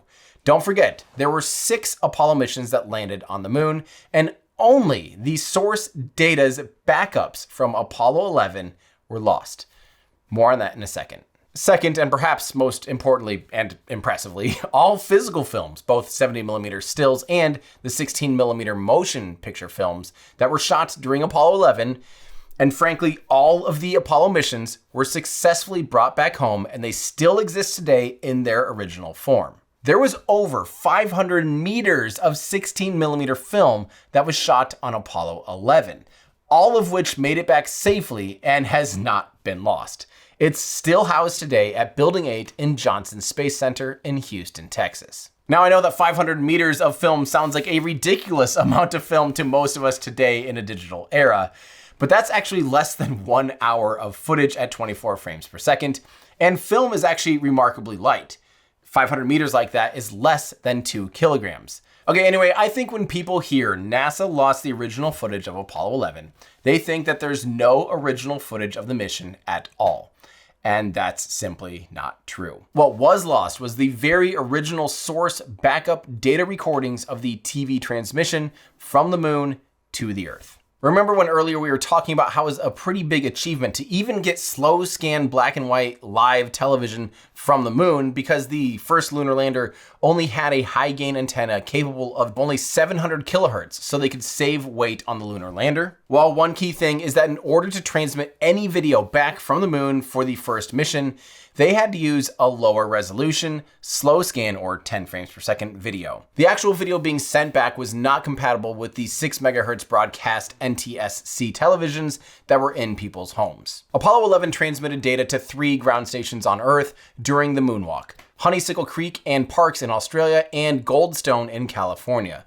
When these ground stations received the data, they had to immediately split the signal. One half of the signal remained unconverted, which went straight to the backup 14-track, 36cm diameter, 25mm wide analog magnetic data tapes, which not only recorded the video signal, it also recorded the range, bio, and other telemetry data. These backup tapes would really only be used in the scenario where something went wrong in the mission and/or if Houston lost connection and data had to be looked at retrospectively. Spoiler, neither situation arose. So these backup tapes weren't considered that important after the mission because the other half of the signal was converted via an RCA scan converter that converted the black and white slow scan to the NTSC TV standards for broadcast. Now, by today's standards, these converters weren't the most elegant solution.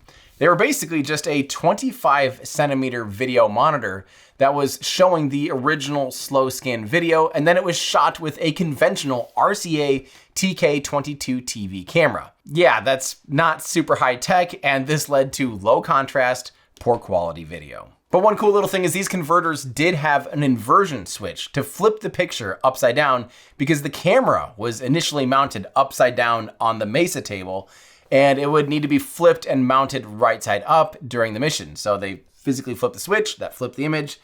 I just think that's a fun little fact. This more conventional TV signal was then sent all around the world using microwave links, satellite and landlines to Houston, and from there it was sent off to New York to be broadcast via all TV networks simultaneously. Once that signal was in Houston and in TV stations all around the world, it was recorded via kinescope film and NTSC 2-inch quadruplex videotape. Now, in the 90s, a 25th anniversary documentary suggested that the original uncompressed 25mm data tapes might be a better quality source of video compared to the universally available converted video. Unfortunately, despite looking everywhere, NASA was unable to find the source videotapes.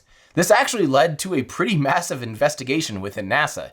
You can even read the full 20-page report that explains, perhaps there are no clear answers. All that can be said with any certainty is that NASA and the Goddard Space Flight Center followed all procedures in storing the Apollo telemetry tapes, the search team has concluded. After reviewing their content and determining that the Apollo program managers no longer needed that data, Goddard personnel shipped the telemetry tapes to Washington National Records Center for storage. Over the ensuing years, Goddard recalled them and either reused the 1-inch tapes to meet a network shortage in the early 1980s, or disposed of them because of the high cost of storing them. At no time did anyone recognize the unique content on roughly 45 tapes containing the actual moonwalk video. So it was a mix between diffusion of responsibility, a lack of these tapes being deemed necessary or worthy at the time, and it was unforeseeable that in the future, a digital restoration would be so valuable. And remember, not 1 second of the Apollo 11's mission video is missing, but unfortunately, it's just not in the highest quality that it could be. And importantly, some of the quality issues in conversion were greatly improved from Apollo 12 and beyond. So yeah, these source uncompressed raw tapes from Apollo 11's landings were lost. And it sucks. But luckily, there's hours and hours of beautiful, less compressed video from other missions and lots of gorgeous film from Apollo 11. Okay, so NASA did actually lose the highest quality tapes of Apollo 11's landing. But did NASA really lose the plans to the Saturn V rocket, and would it really be impossible for them to build it again?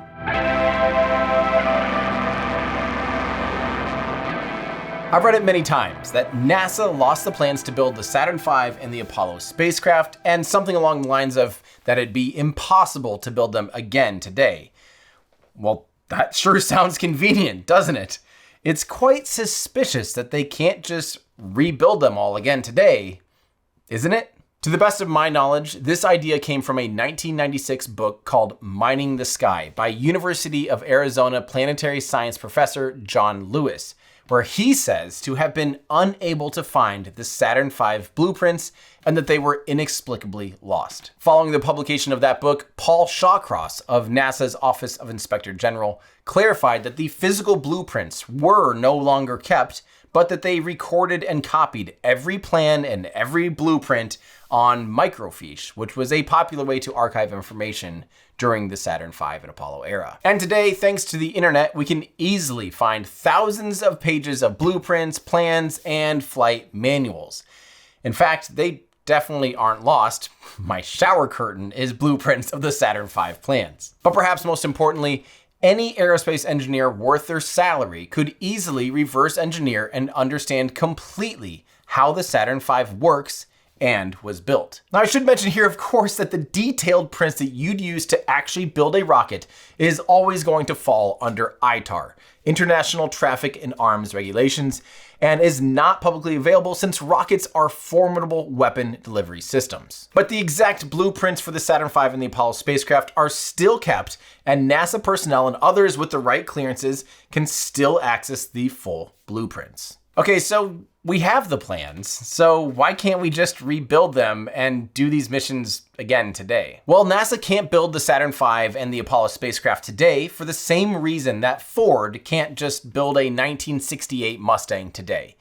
It's not that it's physically impossible, but logistically, it might as well be. The tools, the machines, vendors, and even the trades and talents that were used in the 1960s would be too hard to resurrect. And the reality is that we just don't do things the same way these days. A lot of things were hand-built, even in the F1 engines. For instance, the injector plates were drilled by hand, the welds were done by master welders, and parts were individually machined to perfection by skilled machinists. Imagine going out and trying to build a brand new computer with just 4 kilobytes of RAM today. Yeah, not megabytes or gigabytes, but 4 kilobytes of RAM.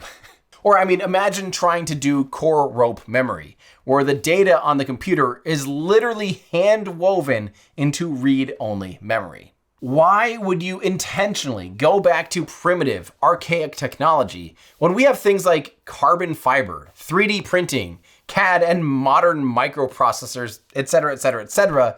Why would you possibly build an intentionally inferior product compared to the capabilities of today? Not to mention, in hindsight, the Apollo missions were incredibly risky. Far too risky for today's safety standards, especially for NASA in a post-Challenger and post-Columbia world. Speaking of blueprints, is it true that the lunar lander's walls were so thin you could poke a hole in them pretty easily?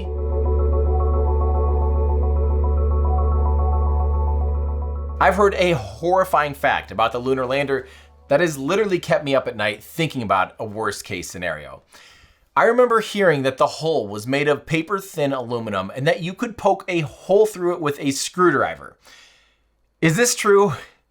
Please tell me that's not true. Well, it is true that certain parts of the lunar module were so thin you could poke a hole through it with a screwdriver, or even worse, there's even some parts you could poke a hole through it with your finger even. But this is only true of some external parts of the spacecraft, but importantly, it's not true of the pressure hull itself. The outside of the spacecraft is covered in different thermal insulation and micrometeorite protection devices. The gold thermal foil you see is actually called multi-layer insulation, or MLI, and it's multiple layers of mostly aluminized mylar and Kapton to help provide a thermal insulation against radiative heat transfer. You could maybe poke your finger through this if you tried hard enough. But you might also see what looks almost like construction paper or cardboard on parts of the LEM as well. These are very thin pieces of aluminum that cover the actual hull to again provide insulation, but also micrometeorite protection. They're so thin you can actually see they could get deformed and come partially torn off when the ascent engine fired up. This was not ideal and was heavily studied after the fact. What is true is that the walls of the actual pressure vessel of the crew module were unbelievably thin in some spots. The skin was only about 0.15 millimeters thick in some areas, which is only about 50% thicker than a soda can. However, there's a few important details. First and foremost, it wasn't made out of cheap and soft 3000 series aluminum like that of soda cans.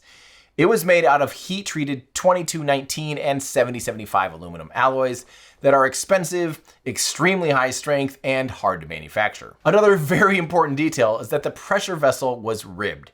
There were structural braces throughout the entire thing to give it the adequate strength necessary to support the weight and loads of the mission. And lastly, the biggest reason why the walls could be and were so thin is because the vehicle only needed to operate in about 1/3 atmospheric pressure, or about 5 psi. This means there was much less force pushing out from the pressure compared to a vehicle that would be at 1 bar or 14.7 psi. A typical soda can hold about 6 bar or 90 psi of pressure. So that's 18 times more pressure than the pressure inside of the LEM. And with 50% thicker and stronger walls, we're talking about a surprisingly strong hull. All this means that the walls could be thinner and lighter weight, and therefore ultimately means that the rocket can be smaller. Every kilogram landed on the moon requires about 200 kilograms of rocket to get there. So in order to fit within the capabilities of the Saturn V, every single gram was carefully considered. So did the astronauts really have to be careful inside the LEM so as not to puncture the walls? I mean, yes, they had to be careful, but not really because the walls were so thin they could puncture them. Just look at how crammed the space was. There weren't even any spots of exposed hull wall where the astronauts could have even come in contact with. There was always some kind of interior layer, be it plastic or instrumentation. It was all covered and protected. Hundreds of switches, fuses, control panels, and instrument panels were crammed into every nook and cranny of the surface of the interior. They had to be careful so they didn't accidentally break something important or bump a switch inadvertently. In fact, on Apollo 11, somehow a vital circuit breaker switch was accidentally broken off at some point. They still don't know exactly how or when it broke off, but at one point, Buzz Aldrin looked down and saw a switch on the ground, and he thought, that's probably not good. Then he realized the switch that broke off was the circuit breaker to arm the Ascent engine to get off of the moon. Very, very not good. After working the issue with Mission Control and pushing the Ascent back a few hours for a new rendezvous opportunity, Buzz decided to try arming the circuit breaker with a felt tip pen. Luckily, obviously as we know, it worked. Had it not, Buzz and Neil's bodies would likely still be on the moon today. Subsequent missions had a guard installed over this switch and other vital switches to avoid another near catastrophe. What's awesome is we have a lot of cool hardware sitting around all over the United States from the canceled Apollo missions, and we can go see this ourselves and we can see some of the design decisions and changes. Okay, we've spent a lot of time answering questions, but what about some interesting facts that are simply too important and too interesting to not go over?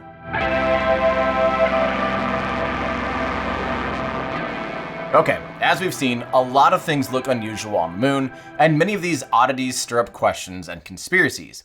But there's one unusual thing that actually proves that humans didn't just go to the moon, but that humans actually drove around on the moon. Watch the lunar dust get kicked up by the lunar roving vehicle during the famous Lunar Grand Prix on the Apollo 16 mission. This is some of the best proof that NASA could not have faked the Apollo missions by shooting this footage on Earth. If you go frame by frame and track the front wheel's rotation, like Professor Harani from the University of Colorado Boulder did, you can extrapolate the velocity of the rover on the moon, and then you can use the scale of the vehicle to correlate the height of the particles being thrown around by the rear wheels. You'll notice that the lunar particles are not affected by an atmosphere at all. Now, had this footage been faked on Earth, the particles would have slowed down along their trajectory from air resistance. Okay, well, maybe NASA could have filmed this in a giant vacuum chamber studio or something. Well, the other important thing to remember is that the particles also follow a trajectory that matches the moon's gravity at roughly 1/6 the Earth's gravity. So unless NASA has the technology to turn off or reduce gravity, this video was not filmed anywhere on Earth. The physics point to this footage being filmed on the moon. But for pretty much everything we've talked about, we still, to some degree, have to trust NASA's footage and words. What other evidence from outside of NASA is there?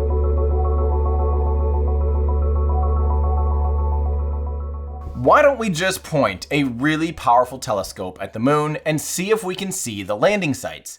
Why haven't we aimed an observatory's telescope at the moon and just simply shown proof? Well, taking images of something that's only about 4 meters wide and 384,000 kilometers away really just can't be done on Earth because of atmospheric distortion, and it needs to be just insanely big to capture something so small at that distance. How big? Well, to truly resolve a 4-meter object from 384,000 kilometers, we'd need an optical telescope with an aperture of about 30 meters in diameter just to begin to be able to discern details that small from Earth. The world's largest ground-based optical telescope, Spain's Gran Telescopio Canarias, has an aperture of 10.4 meters.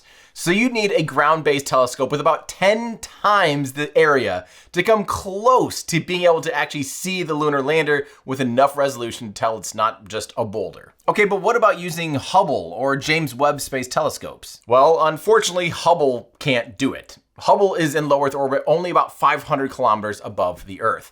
So at best, when it's between the Earth and the moon, it's only about 0.1% closer to the moon than we are, so it really isn't that much closer at all, despite the fact that it's in space. Hubble's Wide Field 3 camera has a field of view of about 2.6 arc minutes, meaning about 1/10 of the moon fills its entire field of view. Its angular resolution is 0.043 arc seconds for the 500 nanometer optical wavelengths and 0.026 arc seconds for 300 nanometer ultraviolet light.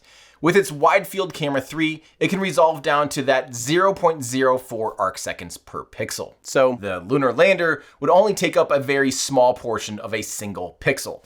So despite being a very powerful telescope that can see galaxies that are billions of light years away, it's just simply not the right choice for trying to photograph the Apollo landing sites. Okay, but what about using James Webb Space Telescope? I mean, it's bigger, better, newer, faster, stronger, it's an awesome telescope. And unfortunately, we can't use James Webb to point itself anywhere near the Earth or the moon due to needing to keep its solar shield strictly pointing at the sun so it can keep its instruments at the required negative 233 degrees Celsius. But let's forget about that for a second. It's actually worse than that because James Webb is about 4 times further away from the moon than Hubble is. And that's because James Webb is in the second Sun-Earth Lagrange point, which is about 1.5 million kilometers away from the Earth. And when the moon is closest to James Webb, it's actually the wrong side of the moon that's facing it, since all 6 Apollo missions landed on the Earth-facing side of the moon, because don't forget, the moon is tidally locked, meaning one side always faces the Earth. When the Apollo sites would start to become visible to James Webb pretty much from the side, the moon would still be a little bit further away from James Webb than it is from Earth, so at least 1.5 million kilometers away. And when the landing sites are actually lined up straight on, it'd be more like 1.9 million kilometers away. And with about the same resolution as Hubble, James Webb definitely wouldn't be an option to see the Apollo landing sites either. And it only can see in infrared, which wouldn't make for a great photograph. Okay, so what if we got a telescope even closer to the moon? Would it be possible to actually get a powerful enough telescope close enough to the moon to be able to see the Apollo landing sites? Yeah, and we've done that. The Lunar Reconnaissance Orbiter was launched in 2009 and began mapping the surface of the moon as close as 35 kilometers from the surface. And guess what they found on the surface of the moon? That's right, the Apollo lunar landing sites. Well, actually, it's captured every human-made object, including Soviet Lunokhod rovers and crash sites and all sorts of incredible images. And these images have so much detail. You can clearly see the lunar lander descent stage, you can see footprints and rover tracks. But what's really cool about these images from the Lunar Reconnaissance Orbiter is you can compare these 21st century photos to video and images taken during liftoff from the moon of these missions, and you can literally align them and confirm that they're identical. Let's take the liftoff of Apollo 16, for example. It has great contrast and it's easy to see lots of detail as it ascends. Its pitch-over maneuver also shows the descent stage and some footprints as well. So we can overlay an image shot from the Lunar Reconnaissance Orbiter and compare them. And look, they're identical. Nothing has changed since there's no wind or atmosphere to disrupt the lunar soil. I just absolutely love that something orbiting the moon today produces images that still correlate precisely with what was shot during the Apollo program. Oh, and by the way, I tracked the ascent myself using Adobe After Effects with its 3D camera tracker, and what's really cool is it's so accurate, you can actually see the exact ascent path plotted out. But in my opinion, it's awesome that I can literally do this stuff at home. But wait, this mission is still just footage from NASA. If someone has doubts about NASA's authenticity, then the Lunar Reconnaissance Orbiter just really isn't any further proof, is it? Well, yes, it is a NASA mission, but those who are actually in charge of the images isn't technically NASA. The group in charge of the LROC, or the Lunar Reconnaissance Orbiter camera, is from many different universities, including the University of Munster in Germany. Now, it's not to say that these universities and staff members couldn't be friendly towards NASA, but I'd imagine if they did capture images and find them to be inconsistent with historic images of the landing sites, it would be a huge story and a really big deal, and anyone in academia would be excited to publish those results. But it does still feel a little funny to prove something by pointing only to evidence given to us by the thing we're trying to prove, right? So has anyone else outside of NASA taken photos of any of the Apollo hardware on the surface of the moon? Yes! India's Chandrayaan-2 lunar orbiter has captured an image of the Apollo 11 and Apollo 12's lunar module descent stages. In fact, you can go to the ISRO Science and Data website yourself, create a free account, and download the raw images. These are huge files, like over a gigapixel of resolution, and the software you need to read these huge files is really slow. But if you know where to go, you can navigate right to it. Do you see it? No? Let's keep going. Now do you see it? There it is, that little tiny thing. If we zoom way in on it, you can pretty clearly make out the lunar lander and even its landing legs in the shadow. Now, the lighting conditions aren't quite right to see the footpaths of Apollo 11, but if we check out the Apollo 12 site, we can clearly see the footpaths. And again, all of this is downloaded straight from ISRO's government website. It's pretty amazing. But the cool thing about all this is that there's more and more things heading back to the moon. Now, don't forget the moon's the moon's big. So it's not like just because you land on the moon, you're gonna look over and see something that landed previously, unless you try. Like how the Apollo 12 crew intentionally landed close enough to just go and walk and inspect Surveyor 3. It's just so epic to me that they just went up and touched something that has already traveled from the Earth to the moon. I don't know why, I just think that's extra cool for some reason. And with even more things heading back to the moon than ever before, there's even more and more chances that, other missions will get imagery of these landing sites, especially from countries outside of the United States. So stay tuned, because I think this is just gonna keep increasing. Okay, so we do have some images, but what about other data? Did anyone else track the Apollo missions?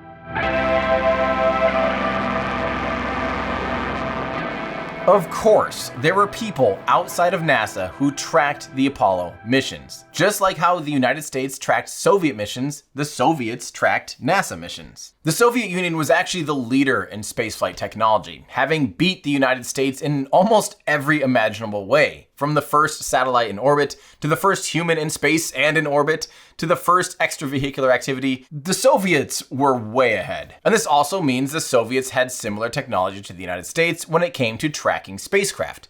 In fact, the Apollo 11 mission was the first time the Soviets and the US space programs had any formal communication and any kind of collaboration. It just so happens the Soviets were in a race with the Americans to the moon. And I mean this quite literally, maybe a lot more literally than you might imagine, because during Apollo 11, the Soviets were specifically trying to return lunar samples from the moon before the Americans. Now, of course, the Soviets were trying to get humans on the moon eventually. However, at this moment, they were doing this with a robotic lander called Luna 15. The fact that Luna 15 and Apollo 11 were attempting to land at roughly the same time prompted communications between the two countries. The Soviets ended up publishing their trajectories and the frequencies used so as not to potentially harm the Apollo 11 mission. That's right, the Soviets, the Cold War enemies of the United States, actually gave away some of their closely guarded secrets. They gave away the exact frequencies they used so as not to potentially interfere with vital communications, as well as the exact trajectory of the spacecraft to ensure there was no chance of collision, no matter how small that chance was. But just here for perspective, it didn't even take countries to track missions like this. In fact, the Jodrell Bank radio telescope tracked and captured the Soviets' Luna 9 mission, which led to the British press actually publishing photos from the surface of the moon before the Soviets did. But even the Kettering Grammar School in England was calculating orbits of spacecraft to study Doppler and Faraday effects on a large scale. They were so good at tracking and calculating orbits that they found the first public evidence of the secret Pleshtek launch site in the Soviet Union. They also managed to track and calculate the orbit of Apollo 17 on its way to the moon. The point is, the Apollo missions weren't done in a vacuum. Wait, I guess they literally were done in a vacuum, but what I mean is they weren't done entirely in secrecy. There were independent sources that were verifying the progress and tracking the missions in real time. I mean, after all, the United States was at war with the Soviets. If they had any reason to think that we didn't go to the moon, or they had any reason to suspect the United States had faked it, wouldn't they have been the first to cry foul?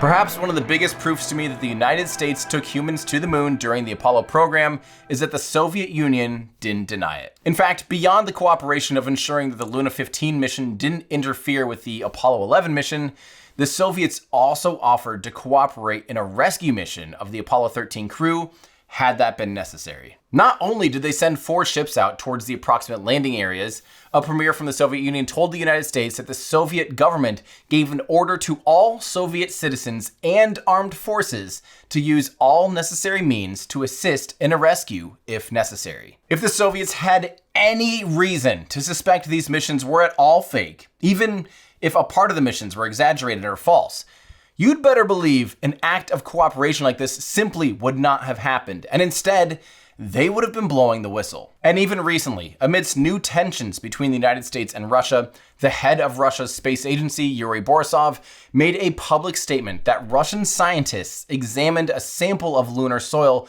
given to the Soviet Union during the Apollo program. He said, "As for whether Americans were on the moon or not, I have only one fact. I looked into this matter. They once gave us a sample of the lunar soil delivered by the astronauts during that expedition. An examination by our Academy of Sciences confirmed that it is exactly lunar soil." So, with all the reason in the world to denounce the United States' Apollo landings, an independent scientific study again verifies it, specifically from a nation not particularly aligned with the United States at the moment. Okay, sure. Maybe we did land on the moon, but one thing still feels fishy. If we had the hardware to get to the moon in 1969, why haven't we gotten anywhere close to that distance to the moon since then? For over 50 years, humans didn't even get 1/1000th the distance to the moon. And in 2024, Polaris Dawn finally did get closer, but still only about 1/300th the distance to the moon. Isn't the fact that we haven't gotten anywhere close to the moon again proof that we probably never went there in the first place? Between 1972 and 2024, humans never made it beyond 600 kilometers in altitude from the surface of the Earth. The post-Apollo record was held for a majority of the time by the Space Shuttle's Hubble missions, when it, deployed it and eventually serviced it. But as of the making of this video in 2024, 4 humans finally broke the shuttle's record and flew to an altitude of over 1,400 kilometers on the Polaris Dawn mission. It was a private mission on SpaceX's Crew Dragon capsule that also performed the first commercial EVA, or extravehicular activity, or spacewalk. And as impressive as these missions were, not one human has even gotten 1% as close to the moon as the Apollo program. So not just half the distance to the moon, but literally only about 0.3% of the way there. So way off. What gives? For this section, we're purely going to talk about orbital mechanics. In the next section, we'll get into delta V and the rocket equation. And lastly, we'll get into the real big question of why haven't we gone back to the moon since the Apollo program? If we are to explain how NASA got humans to the moon, we need to be able to do the math ourselves, so we don't have to take NASA's word for it. We're going to use the same math used by the Soviets, or now Russia, by China, India, or really anyone who wants to get something to the moon, or go anywhere in space. Now bear with me, but we're first going to go into a little tangent here in order to understand what orbiting is and how velocity affects your orbit, so we can truly grasp orbital mechanics before we dive into the math. First, let's learn 2 important terms, apogee and perigee. Apogee is the highest point in your orbit around Earth, and perigee is the lowest point around Earth. Now notice that I'm saying around Earth. The words apogee and perigee are specific to objects orbiting Earth. Apoloon and periloon are terms for orbiting the moon, and apohelion and perihelion are terms for orbiting the sun. But apoapsis and periapsis is the general term regardless of what body an object is orbiting. To raise your orbit, you need to speed up, and on the opposite side of the body you're orbiting, the orbit will raise. If you slow down, the opposite side of your orbit will lower. Okay, so keep these concepts in mind as we explain the next part. My favorite way to visualize getting into orbit is to imagine you took a ride on Blue Origin's New Shepard suborbital spacecraft. New Shepard goes straight up and straight back down, just barely crossing the Kármán line or the edge of space before falling back down to Earth, giving its passengers about 4 minutes of wonderful views and 0G. Now imagine if right at apogee, or the peak of the trajectory, you opened the hatch and threw a ball out the hatch at 15 meters per second. It flies sideways relative to you, but in the grand scheme of things, it'll mostly just end up falling right back down and landing pretty close to where you land. The best way to visualize how this relates to orbit is to imagine the ball is orbiting around the center of the Earth at just a very tiny little point, and its perigee, or its lowest point, would just barely make it beyond the center of the Earth. This is because the velocity at our highest point is very low. So to raise our lowest point, or our perigee, we need to increase our velocity at our apogee, or our peak. So what if instead of throwing a ball at apogee, we shot a bullet out of a pistol at 350 meters per second? Well, the bullet will travel much further away than the ball, but it will still collide with the atmosphere and then the ground. And again, if we visualize where its orbital path would go if it could go through the Earth, its perigee, or its lowest point, would actually rise away from the center. So its perigee is higher because it was traveling faster at apogee. See where this is going? Let's step it up even more. Let's fire a sniper rifle that can shoot around at 1,400 meters per second. Again, the bullet will go even further, but gravity will still win, and the bullet will still run into the atmosphere and then the ground. And if we again visualize where the orbit would go compared to the center of the Earth, its perigee would be even higher yet, again because its velocity is higher at apogee. So in order to get into orbit and basically miss the atmosphere, we need to reach a velocity of roughly 7.8 kilometers per second, which is 28,000 kilometers an hour, or about 17,500 miles an hour. At this velocity, our arc will go beyond the horizon and it'll miss the atmosphere and the Earth entirely. So obviously, rockets need to reach this velocity to get into orbit around Earth.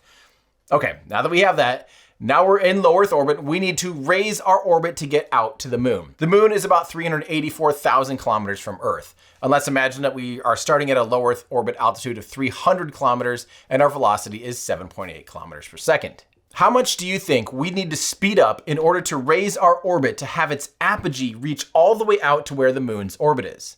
Well, Let's find out. So first we take our starting altitude, so 300 kilometers. But now for this equation, we need to know the distance from the center of the Earth. So 300 kilometers plus the radius of the Earth, so 6,378 kilometers, for a total of 6,678 kilometers. Now we're going to calculate the circular orbital velocity, which equals the square root of the gravitational parameter of Earth divided by the orbital radius. Earth's gravitational parameter is 398,600 cubic kilometers per second squared, which is a known figure thanks to the Cavendish experiment done in 1798. Okay, so let's divide the gravitational parameter by our orbital radius, so that's 6,678, which gives us 59.7 square kilometers per second squared. Now we just get the square root of 59.7 square kilometers per second, and we get 7.73 kilometers per second. Look, we literally just figured out how fast an object is traveling when at 300 kilometers in altitude. Now, empowered with knowing how to do this, we need to figure out the elliptical orbit's semi-major axis. So in other words, when we do the translunar injection burn to the moon, we will raise our orbit so that it's a very elliptical orbit with the apogee being all the way to where the moon is. Or more specifically, where the moon's going to be when we get there. The semi-major axis of an elliptical orbit is just the average of the center of the Earth to apogee and the center of the Earth to perigee, which equals 195,339 kilometers for our semi-major axis. Now we just need to find the velocity of an object at the perigee of an elliptical orbit, because it's going fastest at perigee and it's going slowest at apogee. This is equal to the gravitational parameter multiplied by the difference between 2 divided by the perigee radius and 1 divided by the semi-major axis. So if we solve within the parentheses first, you get 0.00029458 inverse kilometers. Then we multiply that by the gravitational parameter, so 117.4 square kilometers per second square. Now we just find the square root of that to get 10.83 kilometers per second, or about 39,000 kilometers an hour, or about 24,000 miles an hour. And that right there is how fast an object needs to be traveling to get from low Earth orbit to the moon. But don't forget, our velocity in low Earth orbit is already 7.73 kilometers per second, so that means we only need a burn of about 3.1 kilometers per second to do a translunar injection. Okay, all this to say, despite low Earth orbit being only about 1/1000th the distance to the moon, it really only takes about 40% more delta V to get there. So it's not even close to 1,000 times more delta V or energy to get from low Earth orbit to the moon. However, don't forget, this is just what it takes to get you out to the moon. But to actually land on the moon, you first have to get into lunar orbit and then land on the moon, and then you have to get back into lunar orbit, and then you have to come home. So yeah, this is just getting you from low Earth orbit to the moon. But in all reality, 3.1 additional kilometers per second is actually quite a lot of energy for a rocket to expend that's already in low Earth orbit, especially when you consider that Saturn V had to lift about 45 metric tons to the moon from low Earth orbit. That's more mass than most rockets can even put into orbit in the first place, let alone they definitely couldn't push that mass around once they're already in low Earth orbit. So let's get even deeper into the math and see if the Saturn V and the lunar lander and the command and service module actually had the amount of energy it takes to really do this entire mission to the moon and back by calculating the delta V capability of every stage of the rocket. If we can figure this out, we can really figure out how this was all possible.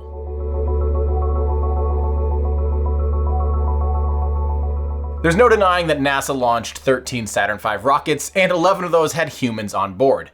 I mean, literally hundreds of thousands of people gathered to watch them launch live. They were some of the most watched events in human history. There should be no denying that the Saturn V was capable of at least getting to orbit, and probably to the moon, considering it was the largest and most powerful rocket at the time.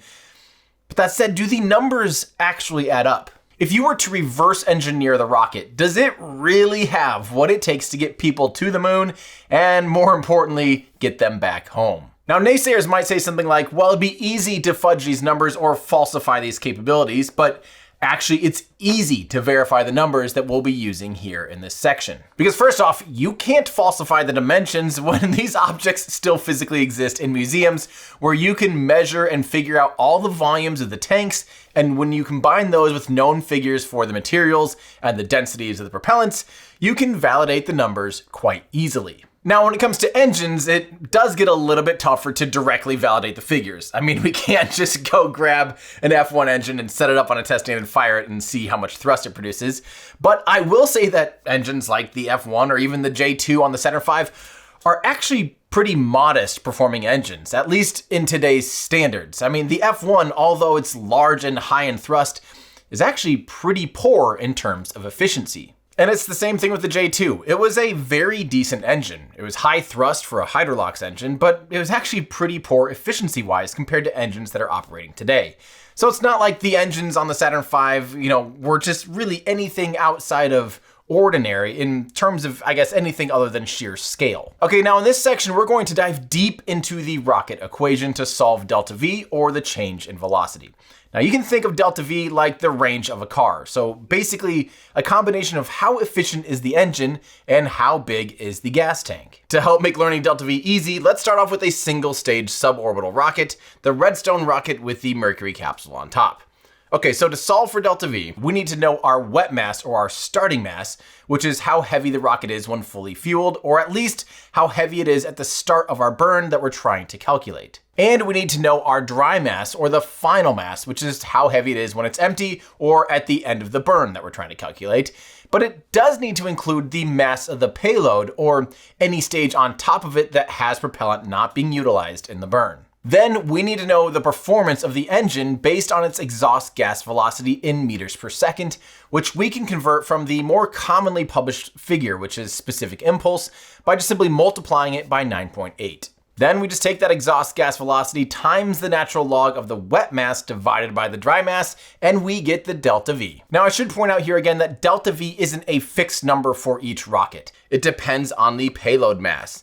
Since the payload affects the wet mass and the dry mass, changing the mass of the payload changes the delta V. This is why rockets can launch more to low Earth orbit than they can to, say, a geostationary orbit, or than they can launch off to the moon. Now for the Apollo moon missions, trying to figure out the delta V of each part of the mission gets quite complicated because some stages make 2 burns, or in the case of the command module, it does a burn when pushing the fully fueled lunar lander and another without the lunar lander. By figuring out the delta V of each stage, we can double check the capabilities and see if it actually adds up to be able to do the mission to the moon and back. But let's start this whole thing off backwards. What's it take to actually get off of the moon? If we know this, we can figure out how big of a vehicle we need to land on the moon and how big of a rocket we need to get all of that to the moon. The ascent stage had a dry mass of 2,445 kilograms and had 2,376 kilograms of hypergolic propellant, giving it a wet mass of 4,821 kilograms. The ascent engine, or the ascent propulsion system, was a pressure-fed, hypergolic, ablatively cooled engine capable of 311 seconds of specific impulse. So by those numbers, we can see that the ascent stage had about 2,070 meters per second of delta V. This is a decent margin above the 1,725 meters per second needed to get into lunar orbit, which is good because they would also have additional mass of lunar samples, and they would want plenty of margin to rendezvous with the command module that was already in lunar orbit that would get them back to Earth. Okay, so next let's do the math on the descent stage. The descent stage on its own had a dry mass of 2,034 kilograms and had 8,345 kilograms of propellant, giving it a wet mass of 10,379 kilograms. But this is where things get just a little more complicated, because we need to include the mass of the fully fueled ascent stage, that 4,821 kilograms, in the wet mass and the dry mass for this equation for the descent stage, since they were attached during descent to the moon's surface. The descent stage was powered by the VTR-10, a pressure-fed, hypergolic, ablatively cooled engine that also produced 311 seconds of specific impulse. And if we run these numbers, we see the descent stage had about 2,427 meters per second of delta V. That means they had a huge margin of about 700 meters per second, probably because they needed to be able to maneuver to avoid craters and boulders like we saw during Apollo 11. This makes sense, and again, so far, the math checks out. Okay, but what about the command and service module? It had a dry mass of 11,900 kilograms and had 16,900 kilograms of propellant, giving it a wet mass of 28,800 kilograms. But again, figuring out the delta V of its burns gets even more complicated, because when it did the burn to get into lunar orbit from the translunar injection, it had to push around the mass of the fully fueled lunar lander, which was an additional 15,200 kilograms of mass that we need to add to the wet mass and the dry mass. It requires roughly 850 meters per second of delta V to get into and out of lunar orbit, give or take. You can actually do it with less or more depending on your final orbit and what your altitude is and what you come in at after your translunar injection, et cetera, et cetera. But the point is, about 850 meters per second is a nice middle ground. The Apollo service module used an AJ-10 engine that achieved 314 seconds of specific impulse and was also pressure-fed, hypergolic, and ablatively cooled. Okay, so we need to burn enough propellant to get us 850 meters per second of delta V for our orbital insertion burn. And since we're not doing a burn to depletion here, let's not call it wet mass and dry mass. Let's switch to calling it initial mass and final mass for this burn. It's the same thing, but it just makes more sense for this. So if we consume 10,625 kilograms of propellant, we'll have 6,275 kilograms of propellant left over, which needs to be included in our final mass number, and that will get us the 850 meters per second of delta V needed for the orbital insertion burn. So after the lunar lander landed on the moon, and then when the ascent stage met back up with the command module in lunar orbit, they would unload the ascent stage and then detach it before they did the trans-Earth injection burn, which again requires 850 meters per second of delta V. So the command and service module had a dry mass of 11,900 kilograms and had 6,275 kilograms of propellant remaining, giving us a wet mass of 18,175 kilograms. So this means they had about 1,300 meters per second of delta V to do the burn home from lunar orbit. This is plenty of margin, which is good because there might need to be some maneuvers during rendezvous and mid-course corrections and such, not to mention the additional mass of lunar samples that they were bringing back home. So yeah, things are so far checking out with plenty of margin by the math. So now I guess the ultimate question. Now that we know that the service module could have gotten the fully fueled lunar lander into lunar orbit, and that the lunar lander could have gotten to the surface and back into orbit, and that then the service module could have then got the crew home, the biggest question remains. Was the Saturn V actually a big enough rocket to get 44 metric tons all the way to the moon? That's a lot of mass. Considering that a good-sized rocket like the Atlas V in its largest configuration can't even get 44 metric tons into orbit, period, was the Saturn V really that much more capable? Well, let's run the numbers. For this, we can start on the ground because we know how much mass we need to get to the moon. So let's start off with the S1C, the massive first stage of the Saturn V. The S1C had a dry mass of 290 tons and had a ridiculous 1,990 tons of propellant, giving it a wet mass of 2,280 tons. But now the fun begins. The S1C had to lift the entire rest of the stack off the ground, which means we need to include the weight of the fully fueled second stage, third stage, the lunar lander, and command module, which was 647 tons of mass. This of course means we have to add that to the wet mass and the dry mass for the first stage burn, which means the total liftoff wet mass was a ridiculous 2,927 tons. That's a heck of a lot of weight for the 5 F1 engines to lift. But the F1 engines were monsters. However, like we said, they weren't actually very efficient. They only achieved 263 seconds of specific impulse at sea level and 304 seconds in a vacuum. We'll average it out to be 280 seconds, which is probably sandbagging it a decent amount because they are pretty quickly operating in vacuum conditions on ascent. When we plug these numbers in, we end up with 3,125 meters per second of delta V for the first stage. But that's actually a pretty small chunk of the 9,100 meters per second of delta V we need to just get into low Earth orbit, let alone the additional 3,100 meters per second we need to go from low Earth orbit to the moon. So now let's do the second stage, the S2, which had a dry mass of 36,200 kilograms and had 443,800 kilograms of propellant.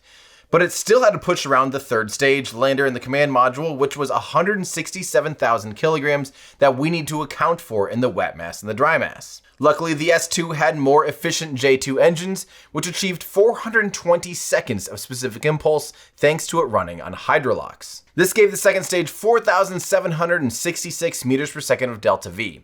That's a good amount of delta V considering how much mass it was still pushing around. But it actually would have done a little bit more than this because during the second stage burn, they would jettison the launch abort tower, which actually freed up several tons of mass from the vehicle in the middle of this burn. But when you add the first stage burn and the second stage burn together, we're still just shy of low Earth orbit, so the third stage needed to do a burn of about 1,200 meters per second of delta V to get into a stable LEO parking orbit. The S4B third stage had a dry mass of 13,500 kilograms and 109,500 kilograms of propellant for a wet mass of 123,000 kilograms. But we still have the 44,000 kilograms of the lander, command, and service module to add in here too. The S4B also used the J2 engine, but only a single engine on this stage, but it got the same 420 seconds of specific impulse. When we run these numbers, we wind up with a total of 4,388 meters per second of delta V. So the S4B stage first needed to finish getting the stack into a stable LEO parking orbit, which required a burn of about 1,200 meters per second.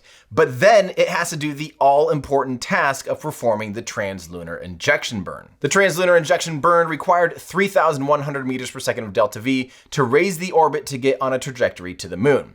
So now for the big question. Was there actually enough delta V remaining to get the lunar lander and the command and service module to the moon? The answer? Yes, with a decent margin to spare. And we were targeting a low Earth orbit delta V budget of about 9.1 kilometers per second, which is a fairly conservative number. 9 kilometers per second is probably just fine for a rocket with a high thrust to weight ratio and a fairly low drag coefficient. So yeah, by the numbers, the Saturn V was physically capable of everything it was claimed to have done. And you can't really fudge those numbers. There's just too many people out there who build rockets at scale that understand the sizes, the masses, and the performances of rockets outside of NASA. Okay, so we verified it. The math really does add up, and the Saturn V, the Apollo command and service module, and the lunar lander really were capable of getting humans to the moon and back. So now I think we have to answer the ultimate question. Why exactly haven't we gone back?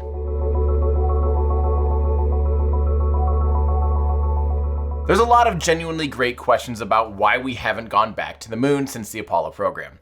The basic overall theme is something along the lines of that technology is so much better now that the phones in our pockets are more powerful than the entire program that took us to the moon during the 60s. And since 1972, no human has left low Earth orbit, but if all technology has advanced by orders of magnitude, why haven't we gotten anywhere close to the moon since?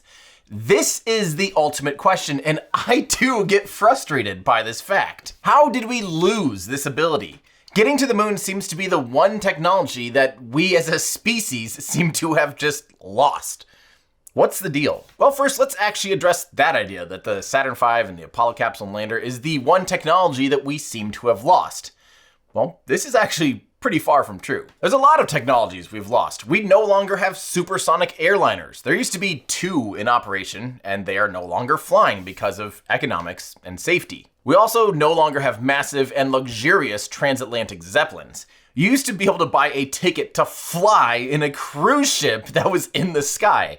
And again, it's no longer available mostly because of safety and economics. Or what about huge passenger hovercrafts like the SRN-4 that provided services across the English Channel?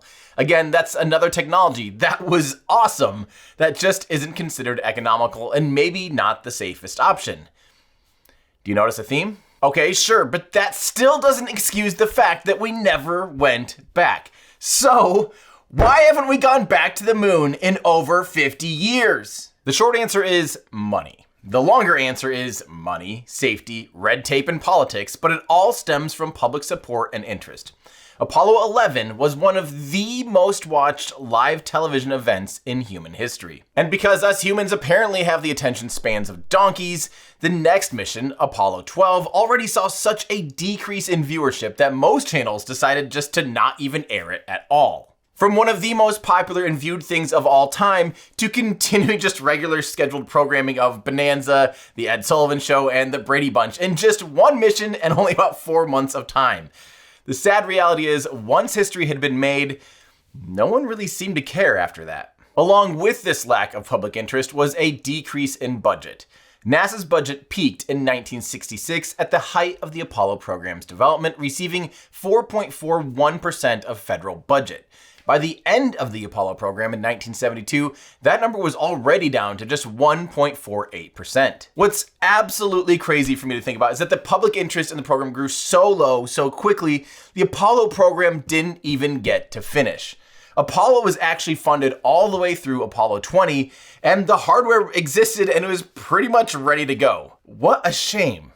And after the Apollo program, the budget has continued to decrease, bouncing around between about 1% and 0.5% of the federal budget, but for the last 2 decades, it's been around that 0.5%. And what makes a moon mission even harder today is that only about 45% of NASA's budget currently goes towards human spaceflight programs. In 1966, roughly 63% of NASA's budget was going towards human spaceflight, and then we have to factor in that today's human spaceflight budget also gets split up between the Artemis program, the Commercial Crew program, and the International Space Station. So really, NASA is trying to get humans back to the moon today with less than 4% of the budget compared to the Apollo program. So yes, computers have gotten to be 1,000,000 times more powerful and smaller than what was available in the 60s. But rockets definitely haven't gotten to be 1,000,000 times more powerful, unfortunately.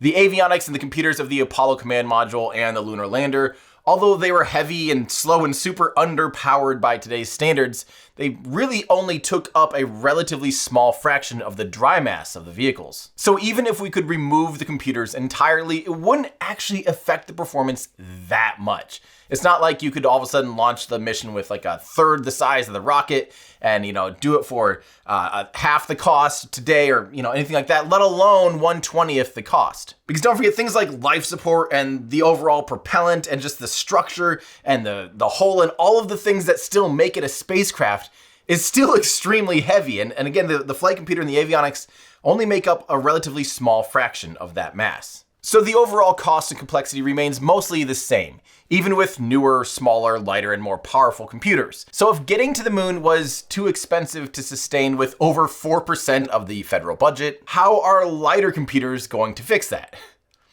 They won't. The key to getting humans back to the moon is the cost of spaceflight has to come down a lot. It has to be at least 20 times cheaper than the Apollo program, and the reality is, until recently, we were just doing things the same old inefficient way.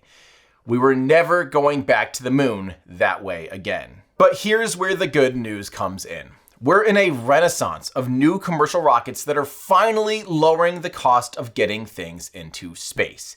It's getting to the point where powerful orbital rockets are launching almost once a day now, putting up more mass into orbit than ever before. For now, the commercial sector is mostly medium and heavy lift rockets that don't quite have enough performance to be able to get human-rated spacecraft all the way to the moon.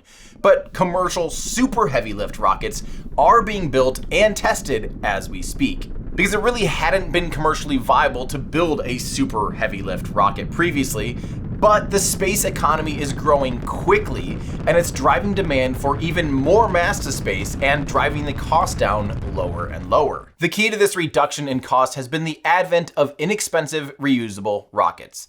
The space shuttle had the right idea of being reusable, but with absurdly high refurbishment costs, the idea of reusable rockets was almost given up on and generally considered not worth the effort. But if rockets really can be used over and over, their primary cost goes from millions or even billions of dollars of hardware that just gets thrown away to mostly just the cost of propellant being thrown away. This makes so much sense for low Earth orbit and why this has become not only commonplace today, but it's almost mandatory to survive the modern competitive landscape of commercial orbital launchers. However, when you reuse rockets, you're losing a decent amount of performance in order to recover the rocket. We're talking about anywhere from, you lose about 1/4 of the capability down to roughly half the capability in order to reuse a rocket. This means in order to get to the moon using a reusable architecture, you'll have to refuel your rocket or your vehicle in low Earth orbit. Now, I don't want to go on another rocket equation tangent here, but if your rocket requires, let's say, 1,000 tons of propellant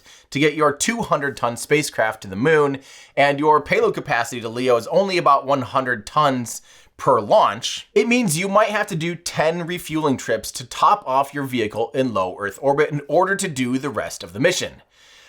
This sounds kind of ridiculous, doesn't it? I mean, Apollo could do this whole thing in just one launch, but now these new vehicles and new architectures and new ideas, they might take several launches to do the same mission. Well, yes, but the lunar landers that will return humans to the moon won't be in tiny tin cans with only about 6 cubic meters of habitable volume, with a mission duration of only about 3 days. We're talking about landing building-sized vehicles on the moon with hundreds of cubic meters of volume. But who cares how many launches it takes? The real thing that matters is how much money does it take. So yeah, it might take 10 or 15 launches to be able to do these missions now. But, if each launch of those 10 or 15 launches is, let's say, 1/40th the cost, then who cares if it takes them 10 or 15? It'll still be cheaper to do a lot more. So let's put it this way. Humans will finally be returning to the moon, but this time in 21st century spacecraft with about 100 times the internal volume, staying on the moon for weeks or months at a time instead of just days, with only about 1/20th the budget of the Apollo program. And when you put it all in this context, it kind of becomes obvious. Why would you ever throw away these beautiful pieces of machinery? Reusability and refueling, no matter how tedious or crazy it might seem, will quickly become the obvious answer to how can you actually get to the moon sustainably. Once it's demonstrated and once it's kind of figured out and solved, it's game changing and it's the obvious answer. And lastly, we should talk about how the Apollo program in hindsight was extremely dangerous. It's an absolute miracle that NASA didn't lose a crew in flight. Now, obviously, they lost 3 astronauts from the Apollo 1 mission during ground testing, and they nearly lost the crew of Apollo 13. Then, as we know, NASA tragically lost 2 shuttle crews with Challenger and Columbia. So with all this in mind, they've become a lot more risk averse and aren't willing to take the same amount of risks as they were during the Apollo program. This, of course, means it can lead to even greater costs and considerations with human certification in the way that we're going to return to the moon. So the answer is, we were never going back to the moon in the same way that we did in the 1960s. Not only from a safety standpoint, but also a public support standpoint, and perhaps biggest of all, from a financial standpoint. Okay, I think it's time we summarize this whole thing.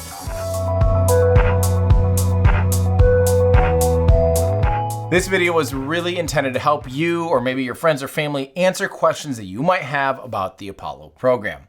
Like I said, this really is meant to be a resource to help answer specific questions as well as provide the context and the full stories as best as possible. But the reality is, the burden of proof is actually not on NASA. They have thousands of photographs shot on film and hours of videos of humans on the moon. They broadcasted it live for everyone to witness, not once, but on all 6 of the Apollo landings.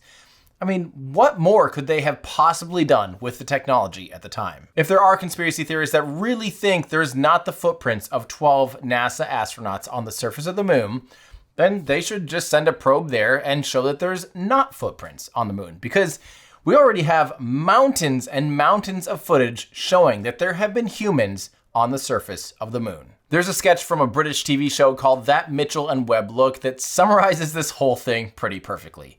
It shows 3 people working for the government planning to fake the lunar landings at a meeting. Here, a woman suggests, well, to start, of course, we'll have to build a massive rocket. And a man asks, why? We're not actually going to the moon. I thought that was the point. And she responds, well, we'll need a massive rocket because the first question people will ask when we show people footage of the moon is, how did you get there? So we'll have to be able to say, we went in that massive rocket you saw. Because there's no denying that NASA designed, engineered, built, and flew the Saturn V rocket.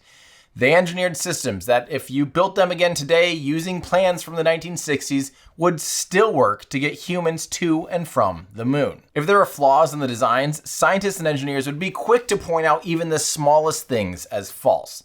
But the reality is, the more you actually dive into the engineering of the Apollo program, the greater the appreciation for the genius of innovation and the engineering of the time. The Apollo program was simply the biggest and most ambitious project that humans have ever taken on. The technology and the knowledge gained by the United States helped lead to a boom in valuable intellectual property, propelling the United States to become a technological powerhouse. The number of college students graduating with degrees in math, science, and engineering more than tripled during the Apollo program.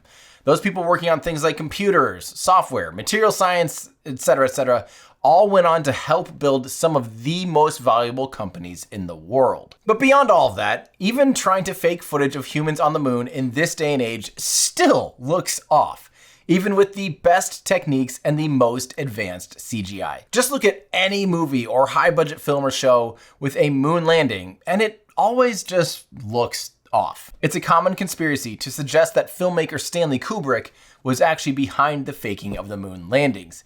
Well, if you want to know for a fact what it'd look like if Stanley Kubrick tried to fake a moon landing scene, all we have to do is watch 2001: A Space Odyssey. That film was released in 1968, right when he would have allegedly been filming the fake Apollo landings, and it features an interpretation of humans on the moon.